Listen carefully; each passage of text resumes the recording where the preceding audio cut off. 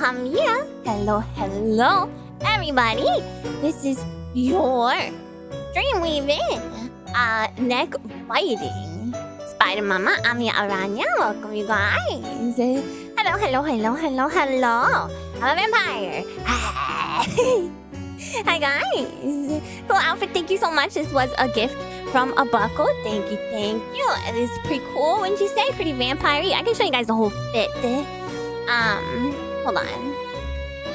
Oh, you will all get bites. Okay, don't worry. Don't you worry your pretty little heads attached to your pretty little necks. Yeah. Hold on. The chat UI is also very nice. Oh, thank you. Yeah, everything is on theme. Hold on. Schmeckend. Oh yeah, I was gonna show you the outfit. Okay, so it's like this. Very pretty. I love the roses. You guys know, well, maybe you don't know. Some of you know. Roses are my favorite flower. I forgot to put the leg piercings. I modified other stuff. But not the leg piercings. Is the music super loud or is it just me? Is it just me? Hold on. Let's see here. It's loud, right? Should I turn the music up? There we go. I shouldn't mess with the desktop audio. I should turn the music down.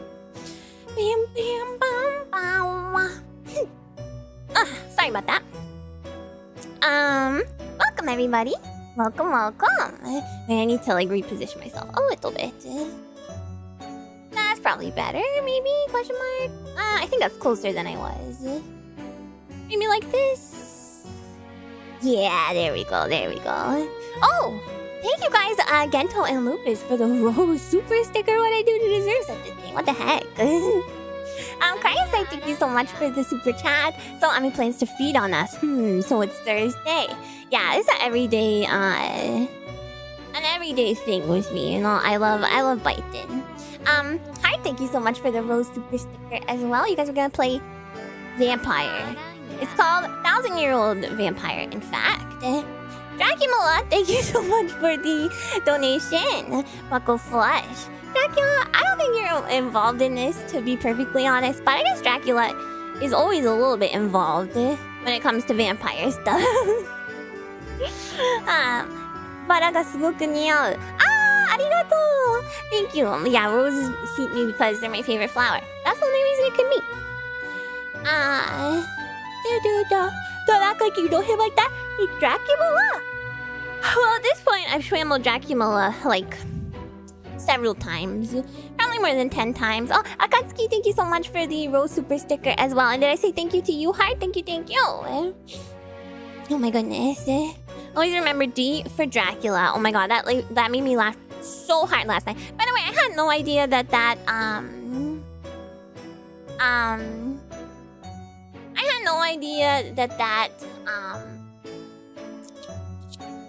game was gonna be about Dracula.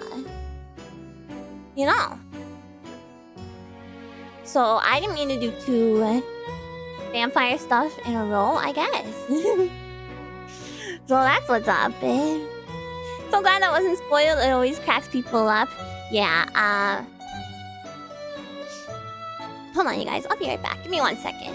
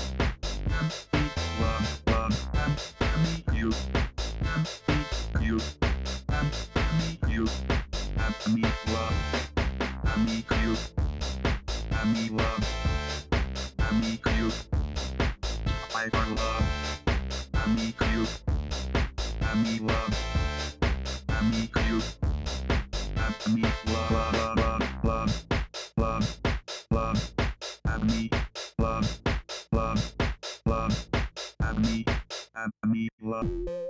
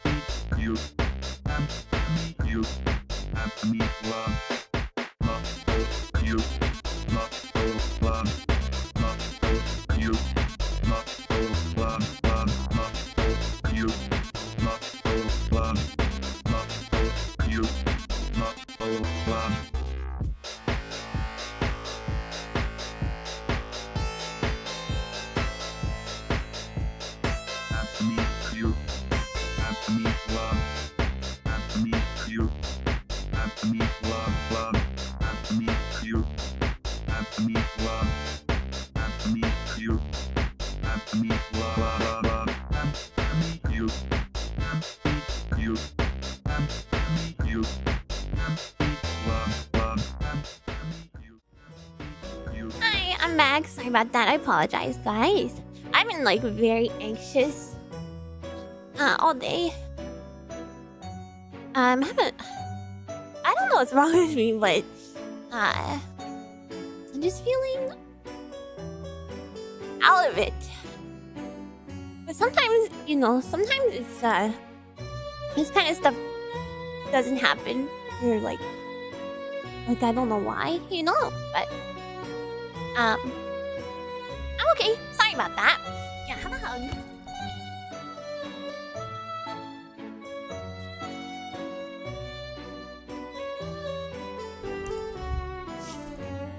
Sorry about that.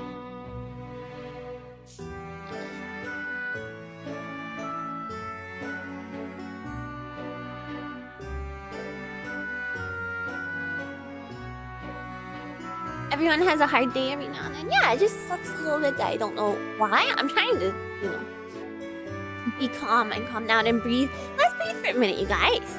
You want the breathing exercises with Vampire Ami? Do you guys mind? You can reschedule if you wanna. I think I'll be okay. I just need to like chill. Okay. If you've already been breathing, yeah, that's fine. Just like more breathing, you know. Okay. Let's breathe in through your mouth. Wait, is that right? Yes. No, it's not. Breathe in through your nose, guys. My nose is all stuffed up. I've been congested today. Breathe in. Hold it. And breathe out. Breathe in.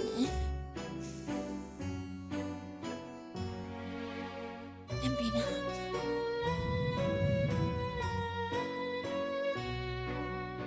This helps you remember to breathe properly, you know, and in.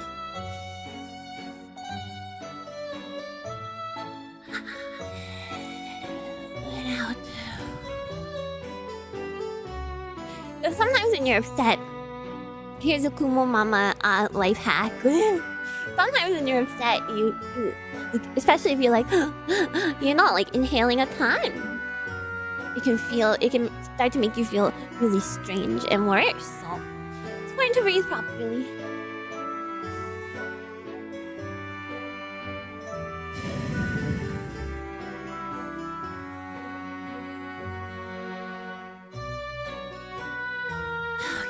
Okay.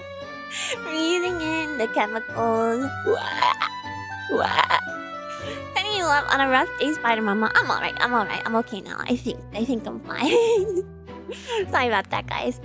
Yes, so 1,000-year-old vampire. That's the game I selected for today. I'm so sorry for the rough start. So this was suggested through my suggestion sheet by a bucko, and I was really intimidated because it's like, is the mic better? I might just be quiet because I'm like, hold on. I might just be quiet because I'm like, you know. I was originally intimidated because it was so long, but it's actually the length that it is because of the amount of like prompts that there is.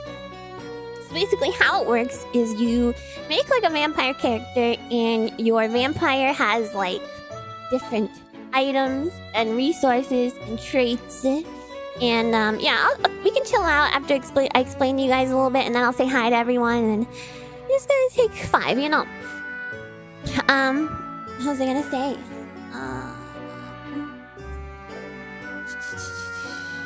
Yes, there is different traits. I don't remember if they're called traits. Traits, items. You make other characters. There's like NPC characters. Well, I guess they are playable characters, since I'm pretty sure I have to do stuff with them. Yeah, memory, skills, resources, characters, and marks. And your marks are like your characteristics of your own character, right? Where it's like, let's say for example, I want sparkly skin, you know, like Edward in what's it called? Twilight. Is Vampire the Masquerade inspired? I'm not sure. It didn't mention that anywhere in the little book, but it very well may be. But no, I don't want to be sparkly, but let's say you do. You can do that. And was the BGM still too loud? My apologies. And love the way this is formatted like an old book with the cutouts and stuff. Really cool. Yeah, and I try to like channel that in my like setup, you know. Or you can have like devil horns. You can have pretty much whatever you want, I think. Although I think you can only really choose like one. Sadly, you can't really see the really cool background I have because of this. It's like a cool, like, I don't know, attic with like a window. Much better? Okay. You like it? You like the aesthetic? My little setup here. I like how the manual is designed like an old document. Yeah, it's really cool. And you can actually buy a physical copy of this if you want. If you go to the gentleman's website who made it. The aesthetic is peak. And you guys can tell, maybe you can tell, I tried to kind of like match my background of the thumbnail to the title of the book, but I don't think it really worked out. Or to the front page of the book, or the cover. God, words are hard. There's vines in the attic and that's comfy. Yeah, it's like overgrown, you know. Like a vampire that goes out to dance clubs because everyone assumes the sparkles are glitter. Oh, so it doesn't get caught, you know. I got fannies. I mean, call me a gentleman too. You buckles are all very gentlemanly. It looks very mysterious and pretty, right? As the I just put like placeholder stuff so I could set up the window captures. When it begins hiding pages for a sec so we can see and get a wallpaper. Yeah, I think I can do that if you give me a sec. Your pages and chat window and outfit and background are working together. Crazy good vibes. Yay! I feel like setting up the backgrounds and stuff like this is kind of like my specialty. You know, I feel like I always do a pretty good job. A pretty good job with it. Well, no, okay, even you. Well, not if you're not a gentleman, then you are a lady, a lovely lady, and I love my lovely lady buckles as well. Okay, let's see here. Take a look at this. We can. How do I hide it? Oh, like this. Oop. The text will still be there, so just don't mind. And then there's that, and then the book. And then you can see the beautiful background. Do you care to be a vampire named Buckula? Probably not. These are all the extra work you put in. Of course. It's pretty, right? So I thought it could be like my old, like, I don't know, my old clubhouse. Oh man, I always wanted like a clubhouse. When I was younger, is anyone in the same boat? There are no girls on the internet, don't be silly, but... What the heck? Yeah, every kid wanted a freaking fort or like a clubhouse, right? Or a treehouse. Yeah, it seemed like every kid in TV shows had them. In like cartoons or like in the case of Hey Arnold, it's like his freaking entire bedroom is like a crazy epic clubhouse because he lived in like an attic. You got a semi-fallen tree in the forest nearby as a hangout spot. I remember my like older brother like helped, and his friends built a tree house that was like kind of in our backyard, and that was pretty cool. There was like 2 floors and everything. It was epic. Peak Americana, yeah. Had one on a tree. It was recently dismantled. Aww. You always wanted a secret tunnel. Did anyone else try to dig to China? It's always China. One of those plastic sheds they sell at the hardware store. Oh, those are cool, but they're like pretty small. I don't know. I was also they're in my like hometown, like the area I grew up in. There was a family that had a tree house that was like made with the same materials as their house was made of. So they clearly like planned to have a tree house the whole time. I was like, well, that's freaking bougie, isn't it? Isn't it? I wanted one of those plastic sheds. There's all the... Oh, I already read that. Hey Arnold had the coolest TV bedroom of all time. Right? It's definitely up there. I think there were a couple more that were like that, but you made it about 1 meter down. I don't think I probably even made it that far. You never reached China, sadly. You guys know I like that. Well, I don't like digging holes, but I just happen to do it. Sees the tree houses. No. Well, I mean, I bet that is like a I bet that is like an attraction for people who like need places to like keep warm and stuff, you know. Like if they're in the woods or whatever. Your parents are constantly trying to get me to stop digging holes in the yard. I don't know why I didn't like digging that much, but I feel like generally I was like icky dirt, right? But then when it came to digging holes, not so much. Your dad built a timber framed house right under a tree. It was cool. That's so cool. Snow was abundant in your area during the winter. Oh, snow forts. Oh my god. Yeah. Me and my siblings went crazy with snow forts. Not a tree house, but a good neighbor where we built one of wood and fooled around with their dad's tools. Aw, that's so sweet. Buckles crave for the mind. Anyway, this is way off topic. Sorry. Let me say hi to you guys, and then we will get started reading into it. Like I said, there's quite a bit of preamble, but I think it's gonna be fun creating a character and stuff together. And then in the like suggested stuff, they suggested a lot about like history related stuff, and I don't know anything about history, so maybe you guys can help me if something like that comes up.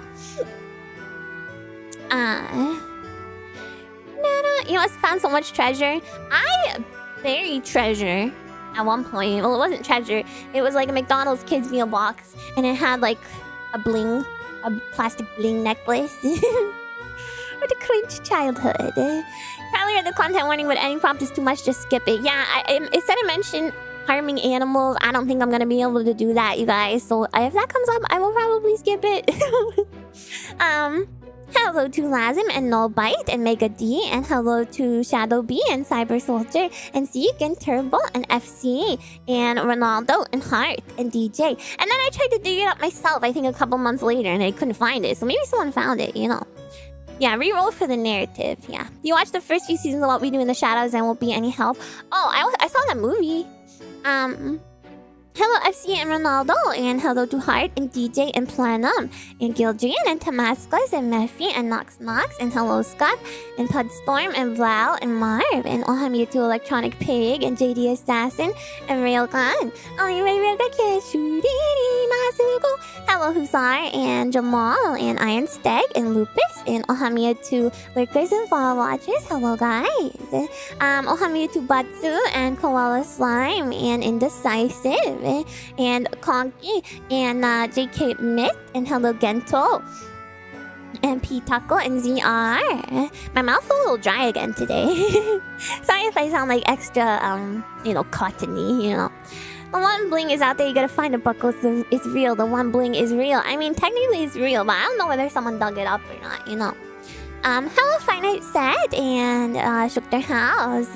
Ohamia to Mind Eating Hat and Burner Account and Cookie and Peppermint. And hello to Anyan and Psycho and Riding Soul and K7. And hello Akatsuki and Ohamia to Spicy Cyborg and Lamire and Eki and hello Local Man and Ohamia to Failord and Brielle and Zero Route and hello Nintendo and JP and hello to Mads and John Zero and Archangel and Alderin and hello to where am I? Benzine and Rumble Boy and Smashes and Mr. Beardy Face and hello Jasmer and hello, you're a pineapple, Jasmer. Hi Optimal, hello to Swery and Ohamia to Espruz and Uncle Red and hello to Papita and Absolute Link and Ohamia to By the way, do you guys like the music? I tried to find something like Baroque, kind of. Hi, Chaos Muffins. Hello, Vincent. Does the armor have special effects? Like, I'm wearing armor. Yeah, it gives me plus 10, gives me minus 10, sanity. Apparently. Hello, Vincent. Hello to, Evermore. And, Cryosite and Puck Puck. And hello to Urones. This was really as spooky as I could get without it being, like, way too intense, you know? Because like, the intense one fit Escape from Demon Castle Dracula, because it was, like, tense and actiony. But this is gonna be more like a vampire, you know, musing, I guess, kind of thing, I feel like. Hello to Sven, and Amiya to Seth Rain and Chris, and hello to minus 10 sanity plus 100 cute, yeah. Plus 100 cool, maybe. Hello to Azu, and Amiya to Nope and Farm Animal, and hello to Kyle, and Amiya to Frizz, and hello to Wang Tang, and Amiya to Yuku, and hello to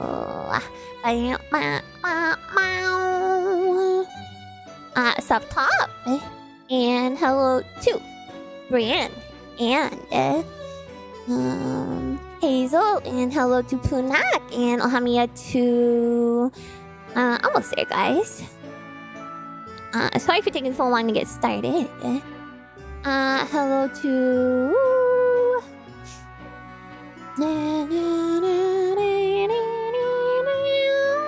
Maggie, and Amiya to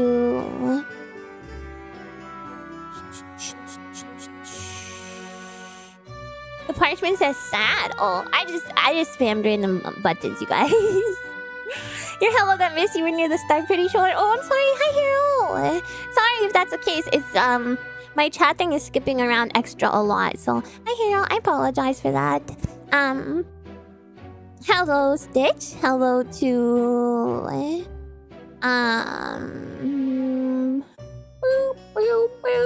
Talisad. Hello, how are you doing? Oh my gosh, I keep yawning as well. I got up early and then I napped and then yeah. I didn't nap for that long though. It was a responsible nap. Hello, Randy. Oh, and this morning I finished my Sonic hacking contest little starting screen, so you guys get to see that on Sunday. Hello to Sprite Spirit. Yawning's a good sign, I think, if you're a vampire. Oh, sorry, Saturday, not Sunday. Hi, Sora. I don't know why I thought Sunday. Sonic Sunday. Hi, Mr. Elemental and Biotic Hippo. And Amiya to Udare and Morbid Otaku. I actually do have something early Sunday though, but it's kind of like I guess I could say it. I'm gonna be doing like a little and I don't remember the exact name of the convention, but I'm going to be doing a little like appearance at a convention in the Netherlands, like digitally, I think. And it was only just confirmed today, so that's gonna be, for me, it'll be really early Sunday. Hi, Phoenix. So if any, that's why I asked if any of you guys were in the Netherlands like 2 weeks ago. That's why I asked it. It's just gonna be like for an hour or whatever, but you know, it'll be at the Pastel Melon table if anyone wants to stop by to say hi. And if you're gonna be in the area, I don't know if anyone's going, but and then Pastel Melon is the company that did my hoodie as well, so you can pick up one of them, and you know. But if none of you guys are in the area, that's all right. Just say hi to random Congoers and stuff. People speak English there as a secondary language. I think, yes. I think most European countries are actually quite good at English. Viking Buckles winning hard. Oh yeah, that is the Viking place. Yeah, the con in the Netherlands. Yeah. Do most people... Oh, I already read that. They have electricity. Of course they got electricity. Start collecting the obsidian. Right, for the portal. The Dutch are really good in English. Yeah, I think like there's like a couple countries in Europe where it's like they're just like probably better at English than I am. You know, they're more proficient in English than the English. Yeah, exactly, exactly. The British are fairly good at it. Well, technically, they're not part of the EU anymore, right?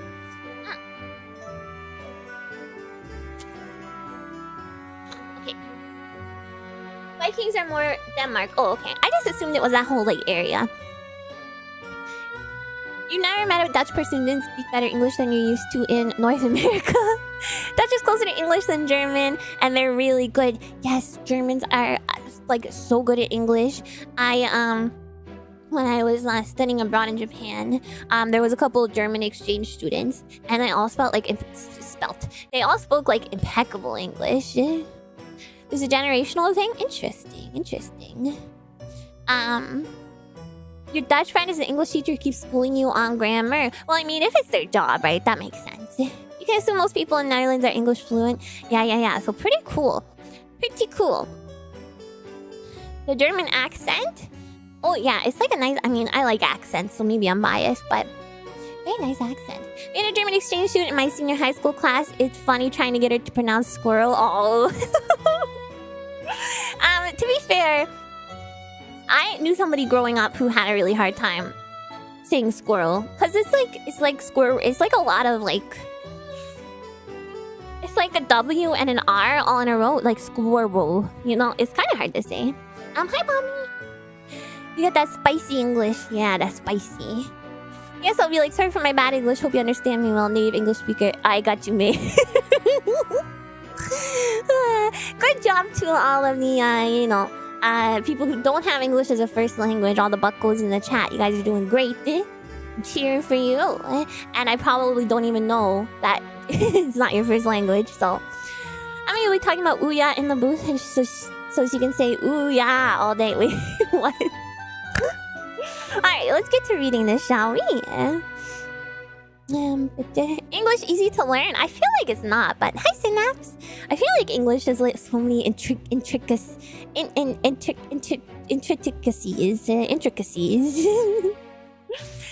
Yeah, I think there is lots of buckos who are specifically from like, South America and stuff. Very cool guys. Hi, Riley! Most important thing for learning is immersion, and that's easiest for English. True, because people speak it all over. Look, I love how they wrote this and made it look like it was like a, in an old library somewhere. Withdrawn. Oh, shilling private library number 2. So yes, this is by oh, it doesn't have your name. It has Hutchinsonian. Just go to 1000yearoldvampire.com. That'll get you. That'll get you where you need to go. Your first language degraded so that your English could look like this. I'm so sorry. I'm so sorry. So cool you play solo TTRPG, so loving your vampire dress. Thank you, honey, purple name. Yeah, full of like fake clippings and notes and stuff. Really cool. And all these illustrations. I don't know if they did the illustrations themselves or just like found them, but look at this guy. Or maybe they're like actual illustrations that have been kind of altered, because like I feel like this skull stuff maybe looks like it's a bit of a different style to the rest of it, 1000-year-old vampire. 1000-Year-Old Vampire is a lonely solo role-playing game, well, not for me, in which you chronicle the unlife of a vampire over the many centuries of their existence, beginning with the loss of mortality and ending with their inevitable destruction. The vampire will surprise you as they do things that are unexpected, unpleasant, and sometimes tragic. Make gut-churning decisions, performing irreconcilable acts, and resolving difficult narrative threads are what this game is about as you explore the vampire's human feelings, villainous acts, and surprising victories. Hi, Mr. Friend! Game mechanics are simple and intuitive. Play progresses semi-randomly through the prompt section of the book. Answer prompts to learn about your vampire's wants and needs, to learn what challenges they face, and to chart their decline into senescence. Build up a character record of memories and then lose them to the inexorable crush of time. See everyone you've loved and hated grow old and die and turn to dust. 1,000-year-old vampire, bajillion-year-old spider. I'm only bazillion. The blood leaking from the T all the way down the page. I don't know if it's supposed to be blood or ink, but it's spooky. So it's just saying when playing this game, you know, unpleasant stuff might happen, so just take care of your mental, you know. Play hard, but stay aware of yourself and your feelings. Some good thoughts about safety in solo games can be found in Appendix 3, which is a nice thought. What is needed to play? You will need a 10-sided die and a 6-sided die. If you lack dice, there are random number tables on Appendix 2. To use them, all you need to do is drop a coin, point a finger, or use some other method to choose a random number from the table. You also need a way to record your vampire story. I got Notepad. Paper and pencil is fine, though it is very convenient to use a word processing document or other digital text tool. In a quick game, you only need a few pieces of paper to maintain a character record, but in the journaling game, you might fill a whole diary. If you are brave or foolish, you can write in this book and the space is provided. In the appendix, you'll also find multiplayer rules, safety tools so that you put yourself as hard as possible, alternate prompts, examples of play, and some context for the creation of the game itself. Your vampire. The vampire whose chronicles you will record in this game is represented by 5 different traits: memories, skills, resources, characters, and marks. Okay, so let me write that down. Or type that down, rather. Oh, that's the wrong one. Shoot.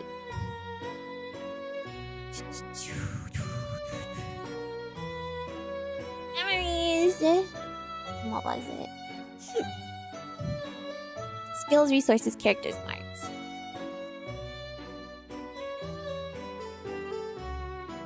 Okay.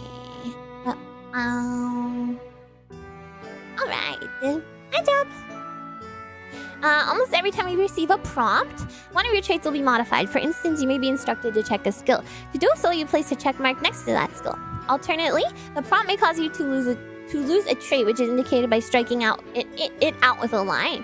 Ensure that the last trait stays readable because you may refer back to it later or even restore it. Some prompts will give even more dramatic instructions for changing your traits.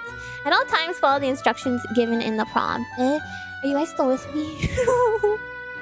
Yeah, Notepad is epic. And you can change the font to make it look all fancy and stuff. Just checking. Everyone real quiet for a minute. I was like, oh no, am I boring you guys? Hello, Sweetman, and hello to oh, I said hi to you, Jump. Hi. Just listening. Okay, that's fine. I'm just checking. Sorry. Memories and experiences are important moments that have shaped your vampire crystallized in writing. They make up the core of the vampire's self. The things they know. You're munching? No, it's fine. Don't apologize. I was wondering if chat was broken or not or what. Make up the core of the vampire's self, the things they know and care about, and experience in a particular event. A memory is an arc of experiences that are tied together by subject or theme. Experiences cover a particular event, but the amount of time represented by that event might vary dramatically. An experience might describe a few seconds of impactful events, or it might cover 200 years of lurking in an old castle. Almost every prompt will create an experience, and experiences eventually combine with one another to become memories. But there is only so much your vampire can remember. To reflect this limitation, there's only a finite amount of space for memories on your record sheet. Old memories will be lost over the course of the game, making room for new ones.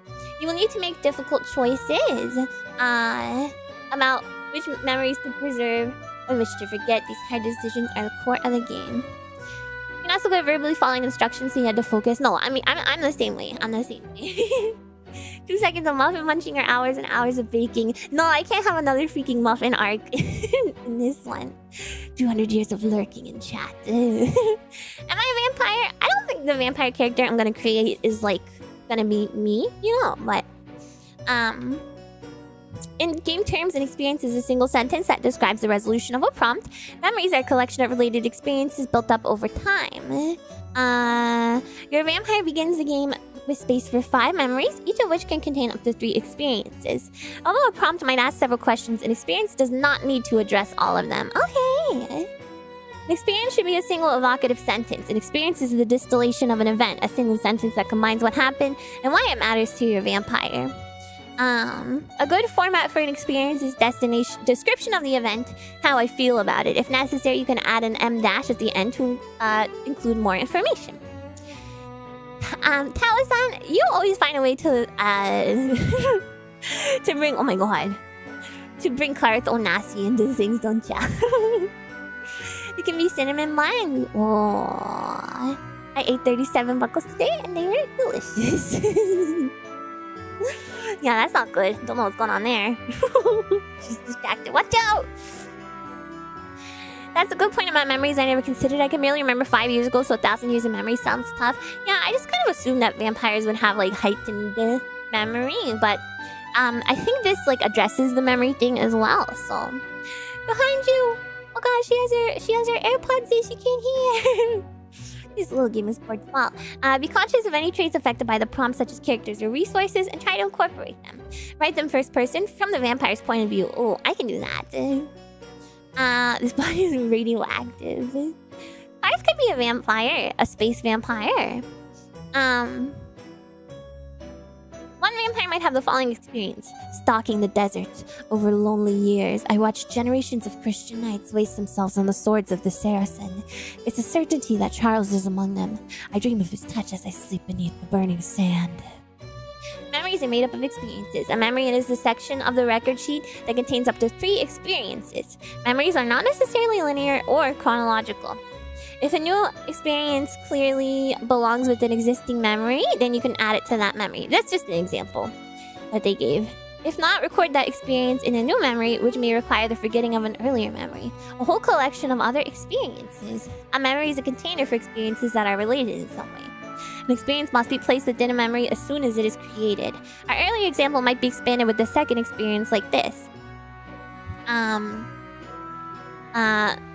Okay, that's just the same thing. So, I sift the bones of the dead abandoned in the wastes. I do not find Charles, but I do uncover weaponry and treasures that I used to pay his debts in Haifa. See, you guys know what I mean? Where it's like, it's mentioning like real places. And I'm like, I don't know these places. So, I need you guys' help. A memory contains up to 3 experiences. Each memory should be defined by a theme, trait, or other subject that links its component experiences in an intelligible way. Whenever a new experience doesn't fit into an existing memory, place it in a new memory, assuming one is available. I found a bunch of loot.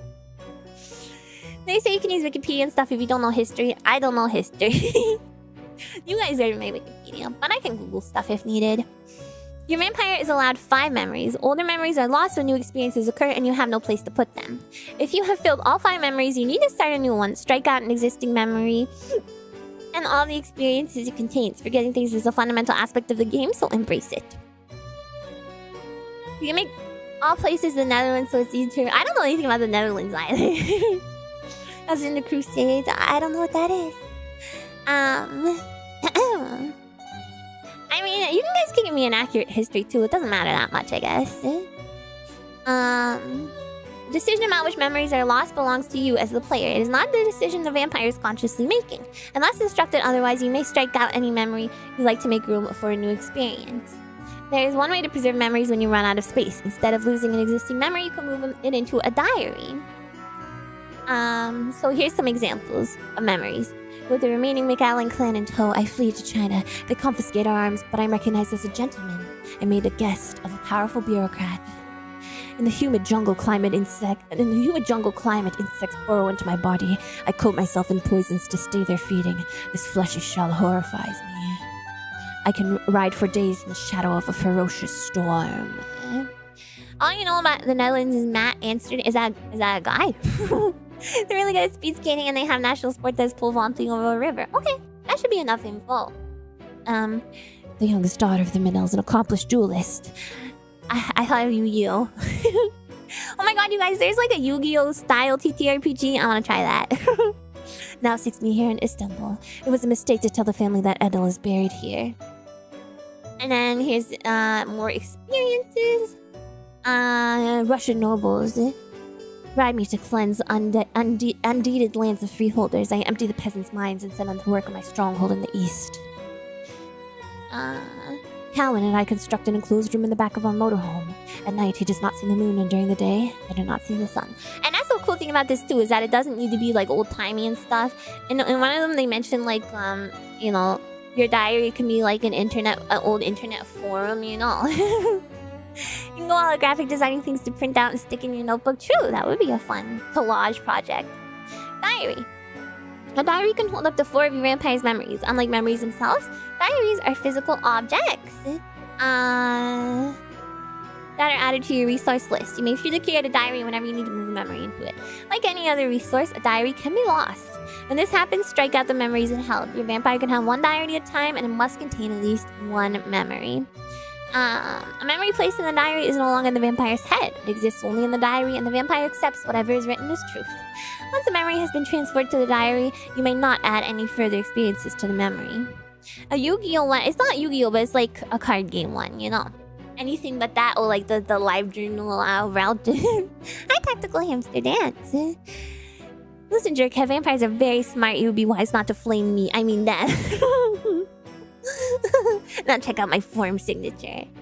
To move a memory to your diary, simply indicate that the memory is now written in the diary. For example, you might write diary next to the memory or connect it to the diary icon on the character sheet with a drawn arrow. When you create a diary, give it a short description and add it to the resource list. It might say something like, diary, a sturdy leather-bound book, a collection of pictogram-adorned pots, gold filigree signs bordering a frightening ritual mask, a password-protected form on an archaic website. Edward poked me on Facebook. Should I poke back? You need a little latch if it's that important? Yeah, with a lock. This vampire had a MySpace? How old are they exactly? That's way more than 1,000 years. Wow. No, it's not. About ancient STEM duchies? What the heck is that? A Polaroid of a computer screen because someone's vampire doesn't know how to screenshot. No, I feel like knowing how to screenshot is becoming a lost art somehow. Skills. Skills describe the capabilities and characteristics of your vampire. They indicate what your vampire can do and what they might do. Swordplay, relaxing banter, operate heavy machinery, I do not blink the sand away, and I teach the Nanisana are all acceptable skills. When instructed to record a new skill, you should relate it with the content of the prompt. What it will feel like for your vampire to use a skill tied to a memory that has been long lost. Some prompts will instruct you to check a skill. To do this, place a check mark next to that skill on your record sheet. Mechanically, this indicates the skill has been used. Narratively, a check skill gives you something to flavor your answers to later prompts. Maybe you have some 80s vampires still using Usenet VPNs. Yeah, the operate heavy machinery one is crazy. It's forklift certified. You can just download a screenshot software. I think it's literally like included in Windows now. Keep your vampire diaries on a RuneScape forum. People take pictures of their monitors these days. I know.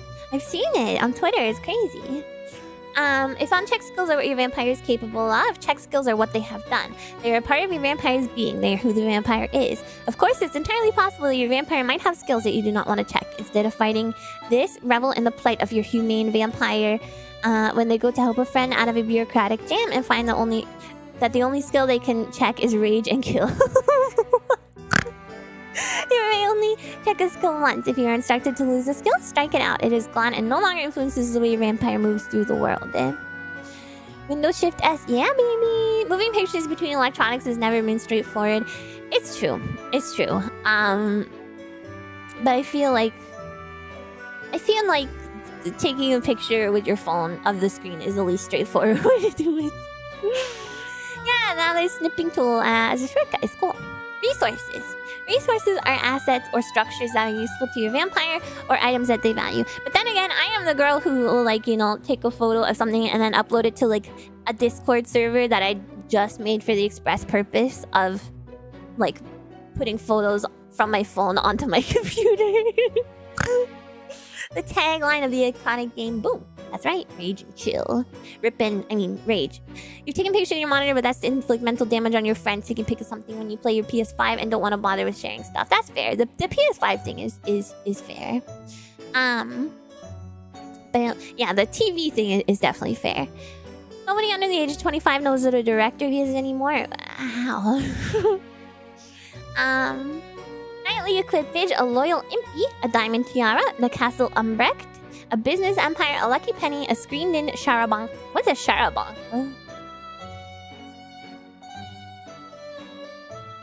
A bus? It's a bus. A screened-in charabanc. A Roman legion. Wow. This silver key to the Potentate's treasure vault, a carboy of acid, a box of tallow candles are all acceptable and engaging resources. In the prompts, there will occasionally be references made to stationary resources. These are possessions that cannot be physically hauled away with the vampire when they leave the area. Examples might be a haunted cave, an elephant-sized statue of Set, a chandlery, a hidden pit house, a hereditary title to land. Well, you can take a title to land with you, but anyway. Rome! If they don't know directories, how do they know what CG stands for change directory? They don't need to know that. When a prompt instructs you to create resources, be sure to create resources that are contextually appropriate, even if this leads to resources that aren't necessarily the most exciting or most useful. When a prompt causes your vampire to lose a resource, strike it out. Leave the entry legible, because lost things might come back in time. Let your available resources flavor how you write your experiences. Curry your horse, which earlier I learned that means to like brush it and make it all clean and nice. Ply your whip. That one I don't know what it means. Command your submarine. Let resources figure prominently when you are made to strike them out. Don't just lose your mansion, but burn it to the ground, or at least describe a fierce legal battle over the deed. Don't limit your vampire stuff to the resources listed on the record sheet when answering prompts. Of course, your rich Flemish vampire will have a fencing foil if one is needed. It's not just a resource which can be spent to satisfy the mechanical needs of the game. If tools or homes or tombs are needed for the narrative color, you may create them as needed, just don't write them down. Fire! Cheddar bun. Where did I say that? If you're a vampire, the first thing you do is turn your lawyer too. Yeah, you're gonna need them. You're gonna need a good lawyer.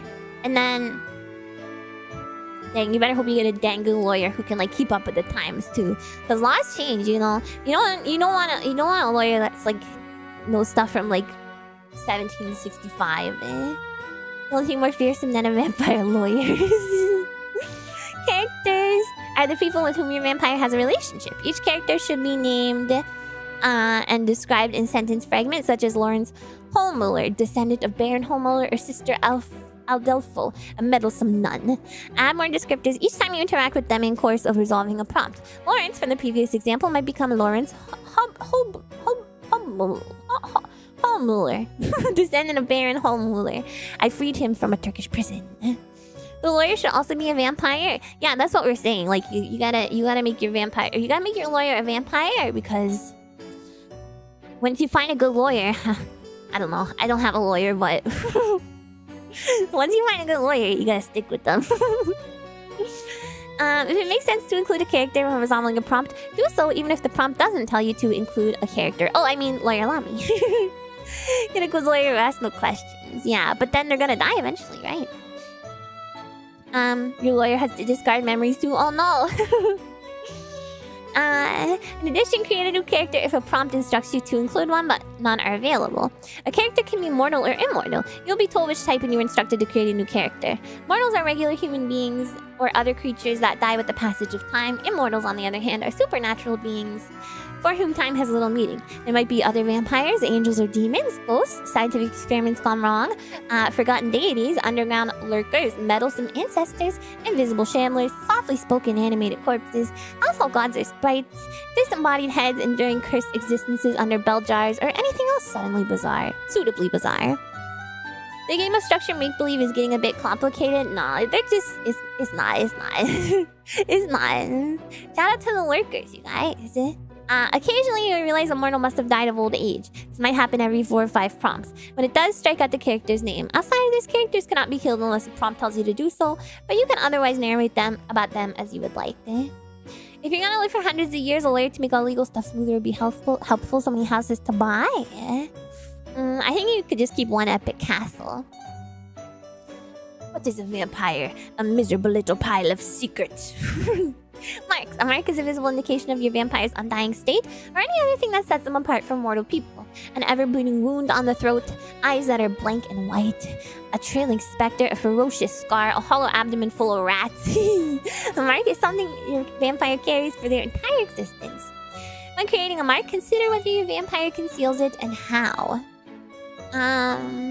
Examples of marks include a pair of great bat wings. I cut them off with a saw, but the stubs remain. My eyes are hypnotic, so I must wear smoked glasses. A dark halo I cover with tall military hats. That's silly. Under the moon, my shadow takes the shape of a jaguar. Animals fear me, children cry. I can become a wolf or a rat. I have the hands with the fingers bent into backwards claws. I wear long sleeves to cover them from view. Aww. Not the animals, though. I don't want that. I want animals to fear me and children to cry. Start by imagining a person in the distant past. A Roman Empire, a Mesopotamian midwife, French knight. This person will become your vampire. I guess I should do this now then, right? Start imagining them. Imagine when and where they were born and who they were in life. Start a memory with one experience that encapsulates their history. Okay, let's get to this then. Okay, what do you guys think? What do you guys think? A person in the distant past. What kind of time frame and context do we want our vampire to be from? You got chewed by a swamp hag 2,000 years ago. You think that's how? I think there's a part about how you turn into a vampire later, lady. A womanizing bear, an Irish lass. So it says, start a memory with one experience that encapsulates their history. For instance, I am Hen, son of John, born near the Loire Valley in the 13th century of our Lord. I am a poor knight swindled out of my inheritance. 1950 suburban vampire? Oh, what is the difference between,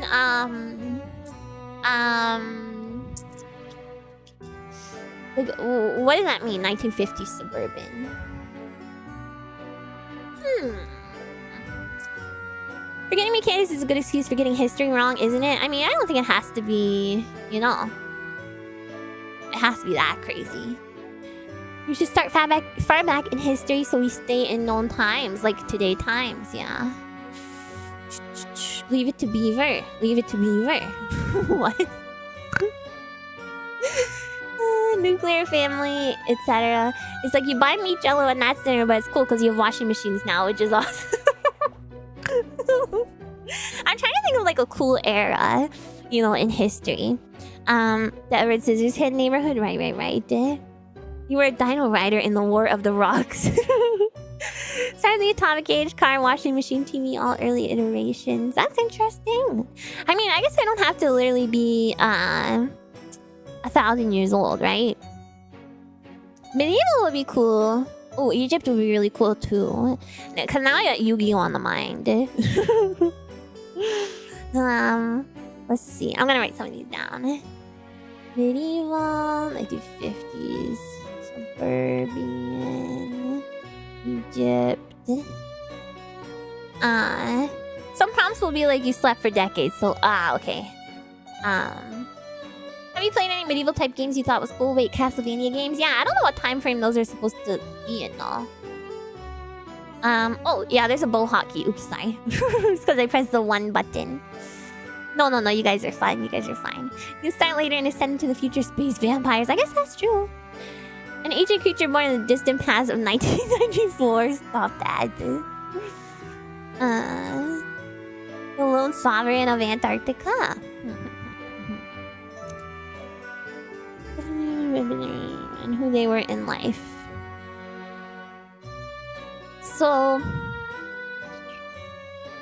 let's say we go with Egypt. Are we talking like ancient Egypt? Oh, Renaissance could be interesting, right? Because Renaissance was when all kinds of stuff happened. Stuff like what happened during the Renaissance. Such as a revival of classical learning and wisdom. The Ninja Turtles. Whatever era of Egypt with gold pharaohs. I mean, that was... So that's ancient Egypt, but I don't know when that is. My temporal paradox. Egyptian vampires very mummified. The development of the arts. So maybe I could have been an artiste. 1990s vampire traveling in RV at night, like near dark. Can we Google ready for this one? Yeah, I got it ready. Da Vinci. Oh my god, I can't decide. I feel like medieval and Egypt are all cool, or and Renaissance, you know.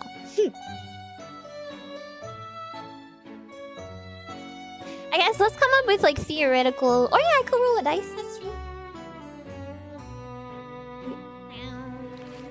If it's 1300s, it's not too late to save the Roman Empire.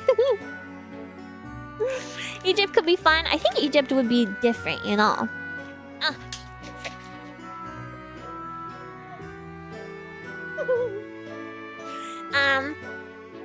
You're for the more ancient vampire, you like them that way, so that would be like medieval or Egypt, right? I don't know how long ago medieval is, to be honest, you guys.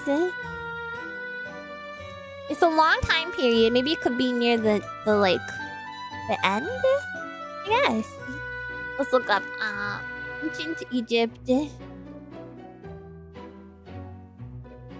years.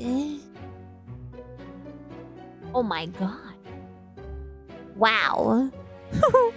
Wow. That was a hot minute ago indeed.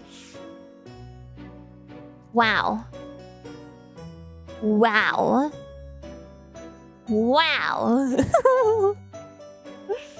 Whoa. 4300 to 3000 BCE. 2. See, I don't even know what this means.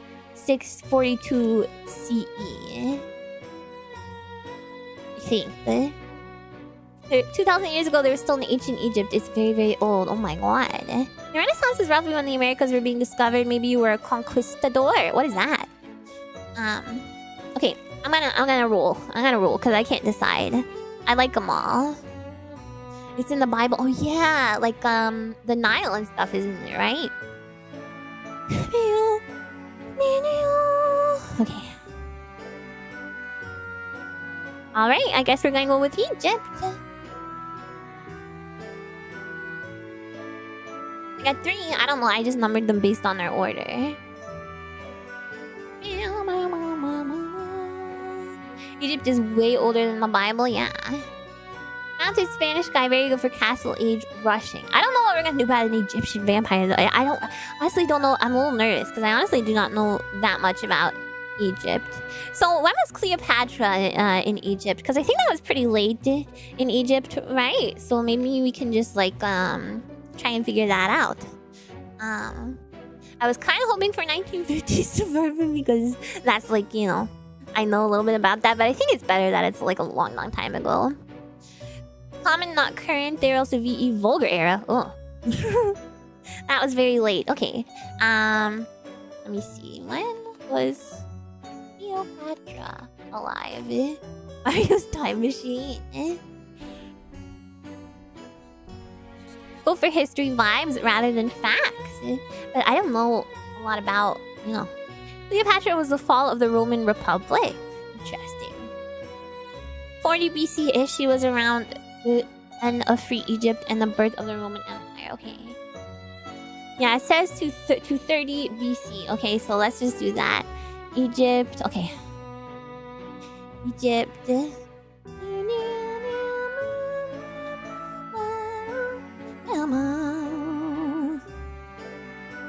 30 BC. Ptolemaic Kingdom, basically the end. Ptolemaic Kingdom. Reign of Cleopatra is about the time Rome had a lot of influence over Egypt.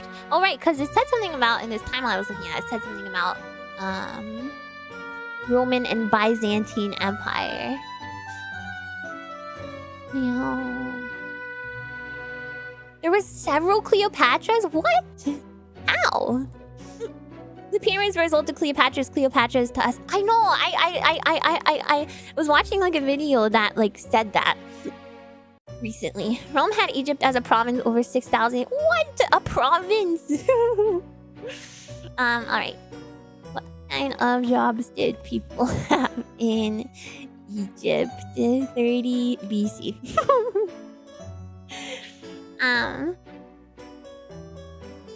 bakers, priests, noblemen, soldiers, farmers, merchants, fishermen, hunters, craftsmen, artists, scribes. Then Byzantine and Ptolemaic. Byzantine and Ptolemaic. Sorry about that. These are hard words. Quite a few vampire stories that deal with Egypt, really. The second book of Entry of the Vampire had a lot of stuff going on there with those who must be kept. Interesting. Cleopatra also liked a fancy bath, truly omnicoded. Yes. Maybe make hieroglyphs and stuff, that'd be cool. So that'd be like a scribe, right? A scribe would be someone who just records down like stuff that people are saying just for like posterity, you know, record keeping kind of thing.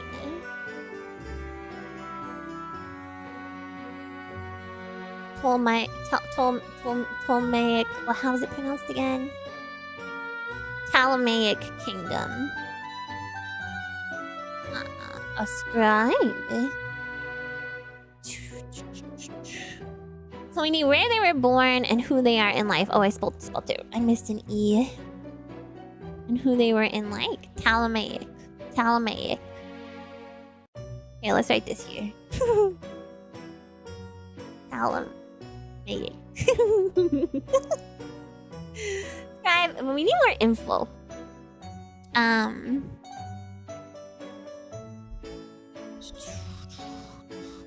About their upbringing and stuff. Oh god, I feel a little bit out of my depth here. All I know about ancient Egypt came from Yu-Gi-Oh! Ptolemaic. Scribe. Ooh. You don't know a whole lot either. You could just do something you're more familiar with. I might have to. Some nutrient deficiencies and chronic ailments. I bet people had a lot of those back then. Googling is fine though, or just like making stuff up, right? Oh, and now I have to pee. Oh, god, it was a mess. Doesn't have to be set in real history. No, it doesn't. It doesn't.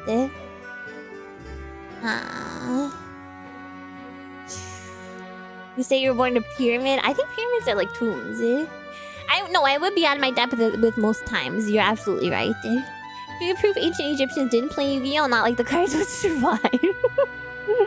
We don't have no one wrote down in a book like there is no Yu-Gi-Oh! Cards. Okay. Scribe who grew up. Oh my god. Like, what do they even farm in Egypt? Maybe this is... having lived a life and waking up mummified and a vampire. Yeah, that'd be cool. Who grew up on a wheat farm.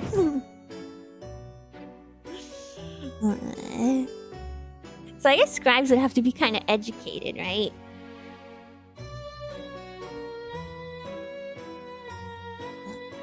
Scribe who grew up on a wheat farm.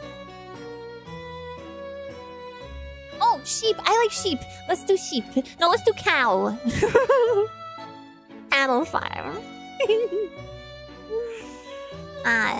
Grew up on a cattle farm near the Nile River. Oh, cotton as well. Let's do cow. Cows are invented. They were a big deal, apparently. You're a cow unleasher.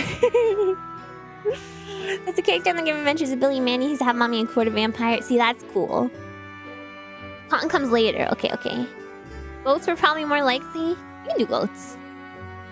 Technically, they were aurochs. Okay, let's do aurochs. I don't know what those are, but... Auroch farm.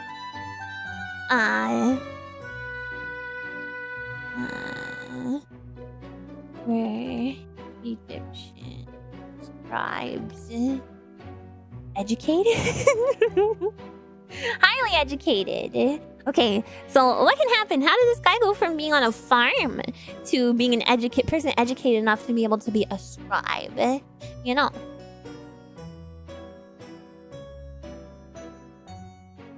Grew up on a farm, highly educated. I know, that's what makes it tricky. Highly educated in agriculture. kidnapped. Would they do that? They have big dreams of leaving the homestead. That's what I'm thinking, but can that even happen? Because I feel like in some societies, it's not gonna be... You're not gonna be able to be like, you're not gonna be able to be like... You know... To just like do whatever you want, you know? If you were a big landowner, you'd be educated. So I guess they probably were. So maybe... Let's say this. Maybe... You were taken on as apprentice or something. A scribe lost their child, needed a successor. I'm thinking maybe that like, the parents like died or something, and instead of continuing on the farm, they wanted to escape the, you know, provincial life, and maybe sold it, and then decided to get educated. Man, I am familiar with the Egyptian gods only because Yu-Gi-Oh. Took the first bus out of town, you know. Is that a thing that can happen? Probably, right? You can, like, sell stuff. Why not? Ark Farm. And his parents died of... What's an ailment? Optic script goes back to Ptolemaic era.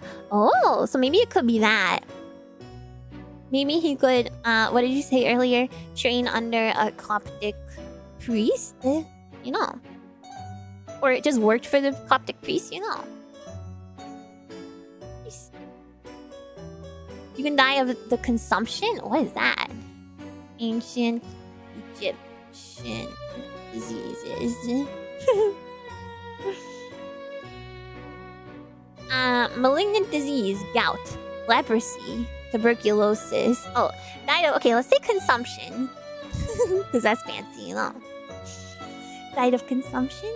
Decided to sell the land and animals.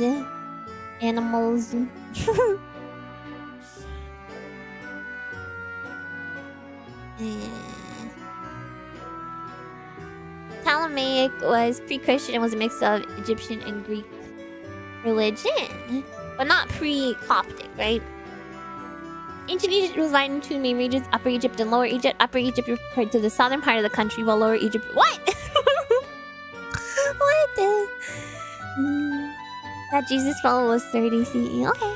Well, the myth of vampires is related to consumption, like they find blood in the mouth of a corpse and go, oh my god, a vampire. Oh, interesting. Okay, and sell the land and animals. And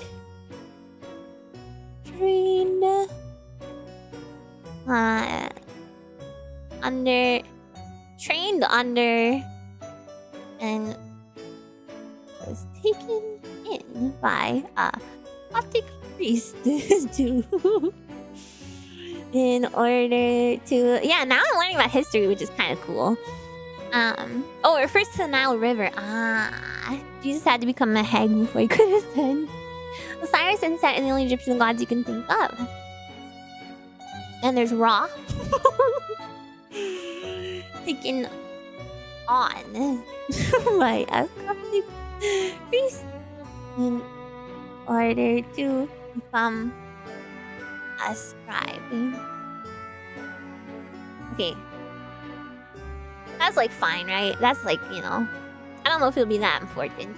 Horus? Oh yeah, I do know about Horus.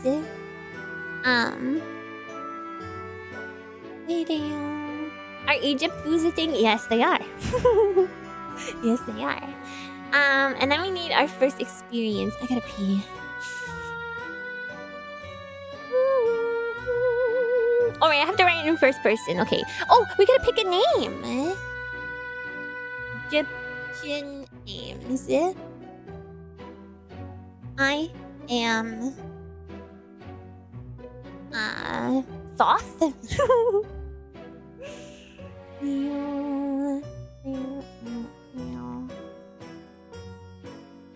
How about Amosis? You know. Amosis. Buckle. It doesn't have to sound like Ami or Buckle, you guys. How about Kafra? Meaning he appears as Ra.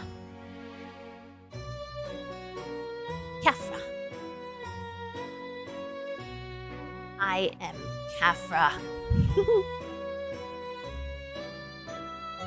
I am Kafra. Born in Upper. Where would all the farms be? Upper Egypt. In the late. I feel like an idiot. In the late Ptolemaic dynasty. Upper has a fertile delta. Okay. Lower Egypt is closer to the north. Right. Okay. Oh, that's so confusing. Okay. In the late Ptolemaic dynasty,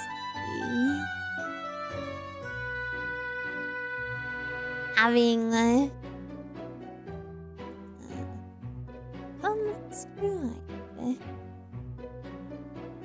scribe after.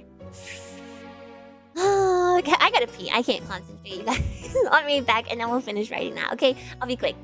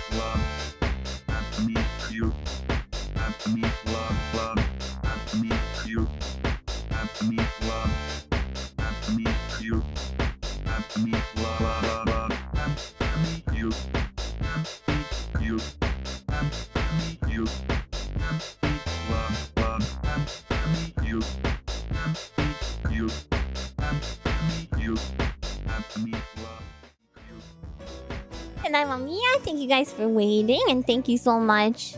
Heart and Gento and Lazim and Finite Set and Lupus and Turbo and Cryosite. The writing slow. Ronaldo. Oh my god, for the blue super chat, so I was gone. Appreciate that.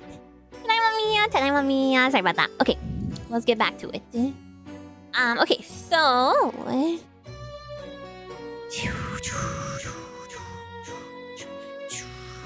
okay, I was writing in first person about our vampire. I am Kafra. Born in Upper Egypt in the late Ptolemaic dynasty, having become a scribe after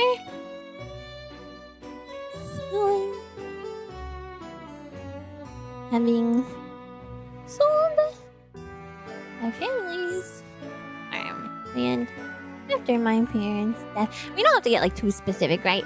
Your father's farm was failing, but he was under the delusion that it was thriving. Obviously, he was in denial. Stop, please. Upper Egypt borders Nubia, which is always in contention with Egypt. Is there a specific place? I guess I don't have to be so specific.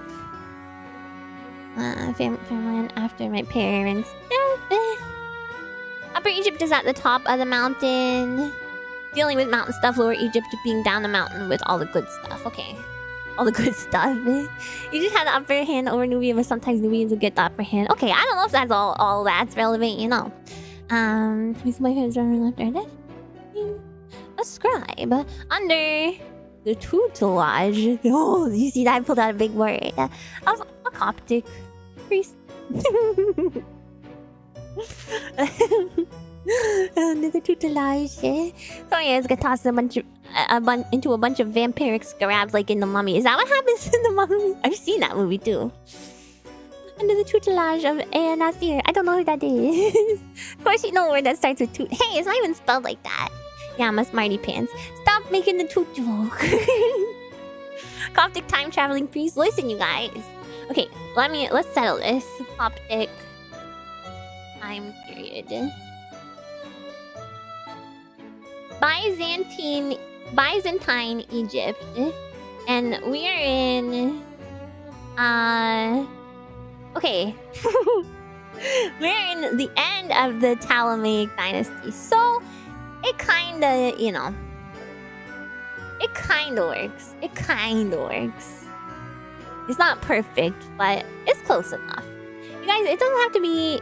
There's centuries in the future. Nice. What would I do? Okay. Under the tutelage of... Okay, let me search this. Ptolemaic... See, this is a problem because people are gonna get mad when I'm not... when I'm not accurate, you know? I feel like it doesn't really matter, but... there's still a lot of Greeks around. They had a Greek script which became Coptic. Okay, a Greek priest. A Greek priest. There we go. I know, where's all the Egyptologists coming from? I mean, it's good because I don't know anything, so it's helpful. It's helpful. Just don't get mad at me if something is a little bit inaccurate, you know? Okay, so, the first experience is a little different than most experiences, and that's Rob's summary of the vampire's life before coming out on the thing. This experience will be slotted, oh my god, slotted, into character record's first memory. Next, create at least 3 mortals and add them to the vampire's record sheet. The mortals will have a relationship with your vampire relatives, friends, lovers, enemies, mentors, debtors, or anything else appropriate for the time and place you have chosen. Describe each character in a few words. Though these characters can and should be very important, but will not be around for long. Okay, so we can put the put the encyclopedia down. True, aliens are a thing in ancient Egypt. So true. Okay, so the priest is definitely got to be one. Greek. Ancient Greek names. This is already too much thinking. Yeah, we'll get loosey-goosey with it. Let's say it was Cleopatra. Just kidding.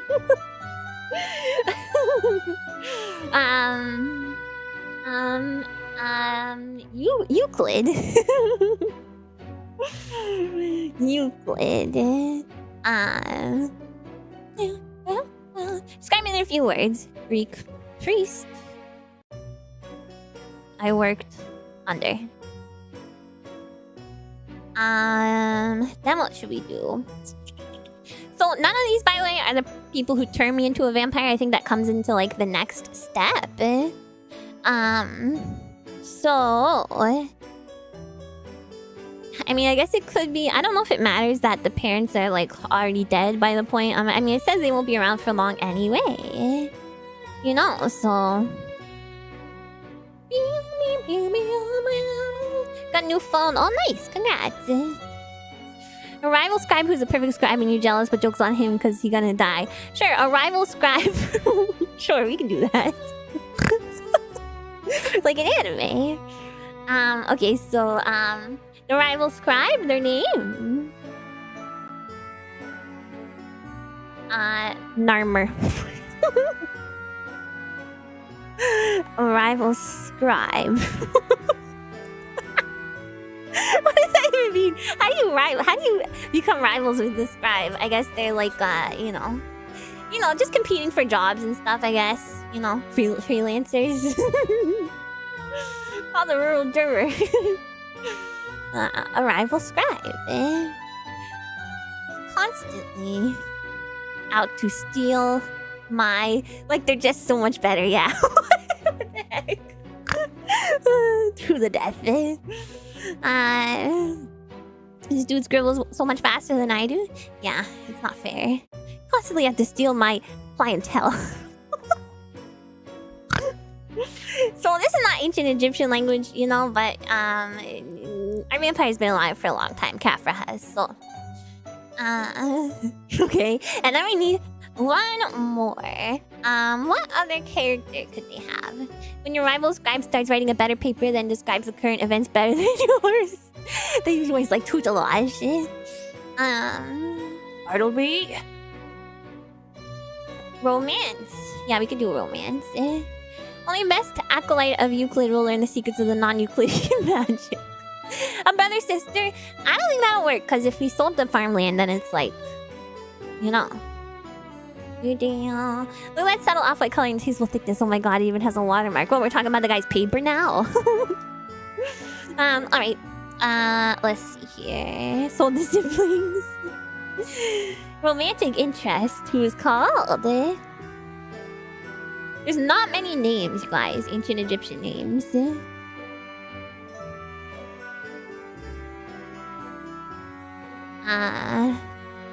Hecate. Hecate.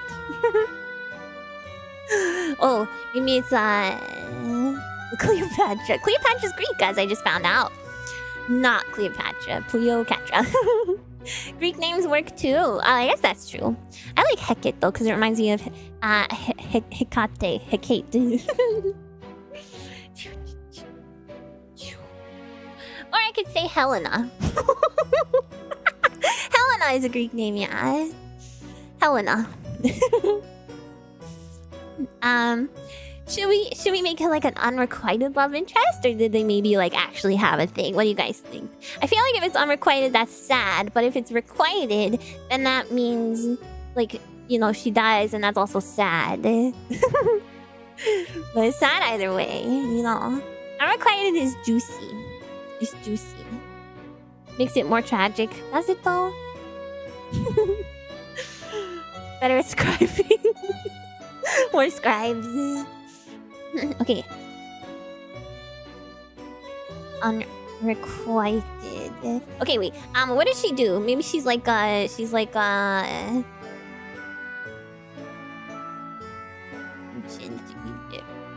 for women. Helena handbasket. Oh, perfume making. Oh, okay, let's do that. Local perfume maker. Subject of my unrequited love. Archivist? Isn't that just a scribe again? Place to have scribes squabbling with each other. Subject of my unrequited? Question mark? No. We don't know, you know. He never asked. He's just assuming because he's shy, you know. A smeal master, exactly. Oh, there was bakers back then, it's true. And entertainment. It says weaving, perfume making, entertainment, you know. I like perfume maker though, because that's like, I don't know, that's who can say that nowadays? You're a perfume maker.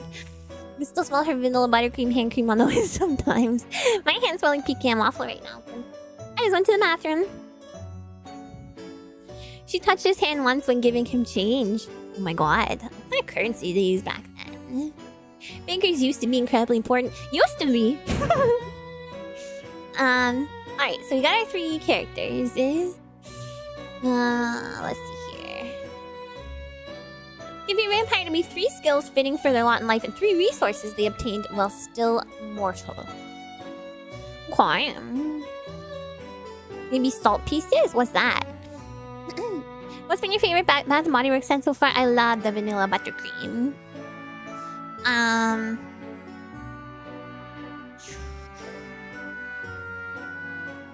Okay, so we have to do something related to describing, right? Like maybe, well, I guess back then, what did they do? Just like chisel stuff? Because they wrote on like the walls, right? Or am I being ignorant? People used to talk about them like politicians talk about the middle class now. Okay, I just thought really important because, you know, baked goods are delicious. You watch creator who makes colognes on YouTube? Oh, that's fun. That's fun. Mostly copying tests. They had papyrus. Oh my god, not papyrus. Bunch of tablet babies.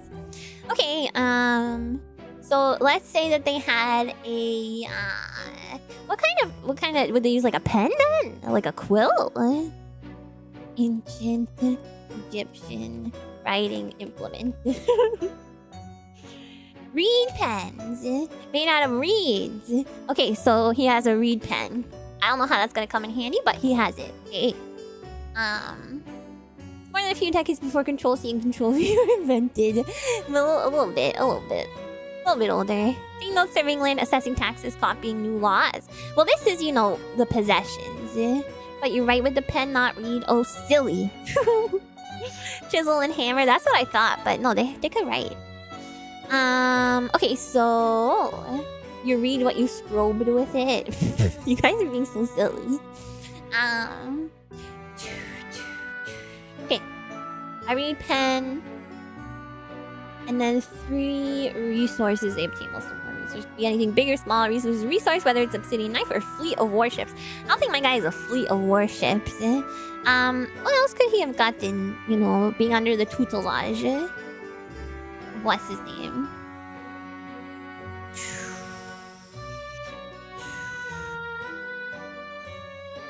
Nothing like extreme, right? Because he like basically sold everything.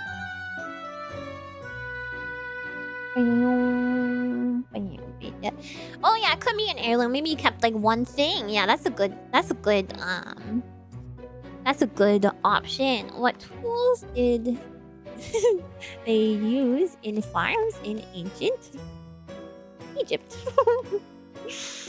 Winnowing scoops, hoes, rakes, flint-bladed sickles, and plows. A farm cat? Oh my god, like a familiar. I guess they did have cats, yeah. A memento of his family, yeah. We can make a sickle, flint-bladed sickle. He's a freaking grim reaper. Flint-bladed sickle, and then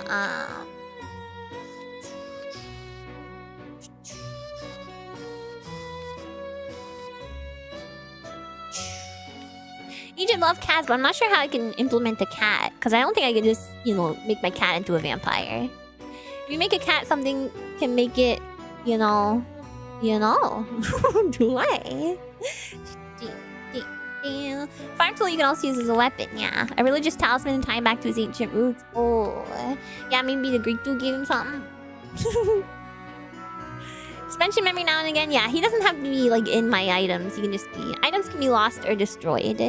Oh, I don't want that. Yeah, no, that can't... He's not gonna be in my items then. He's just gonna exist. A cat named, Neferkitty.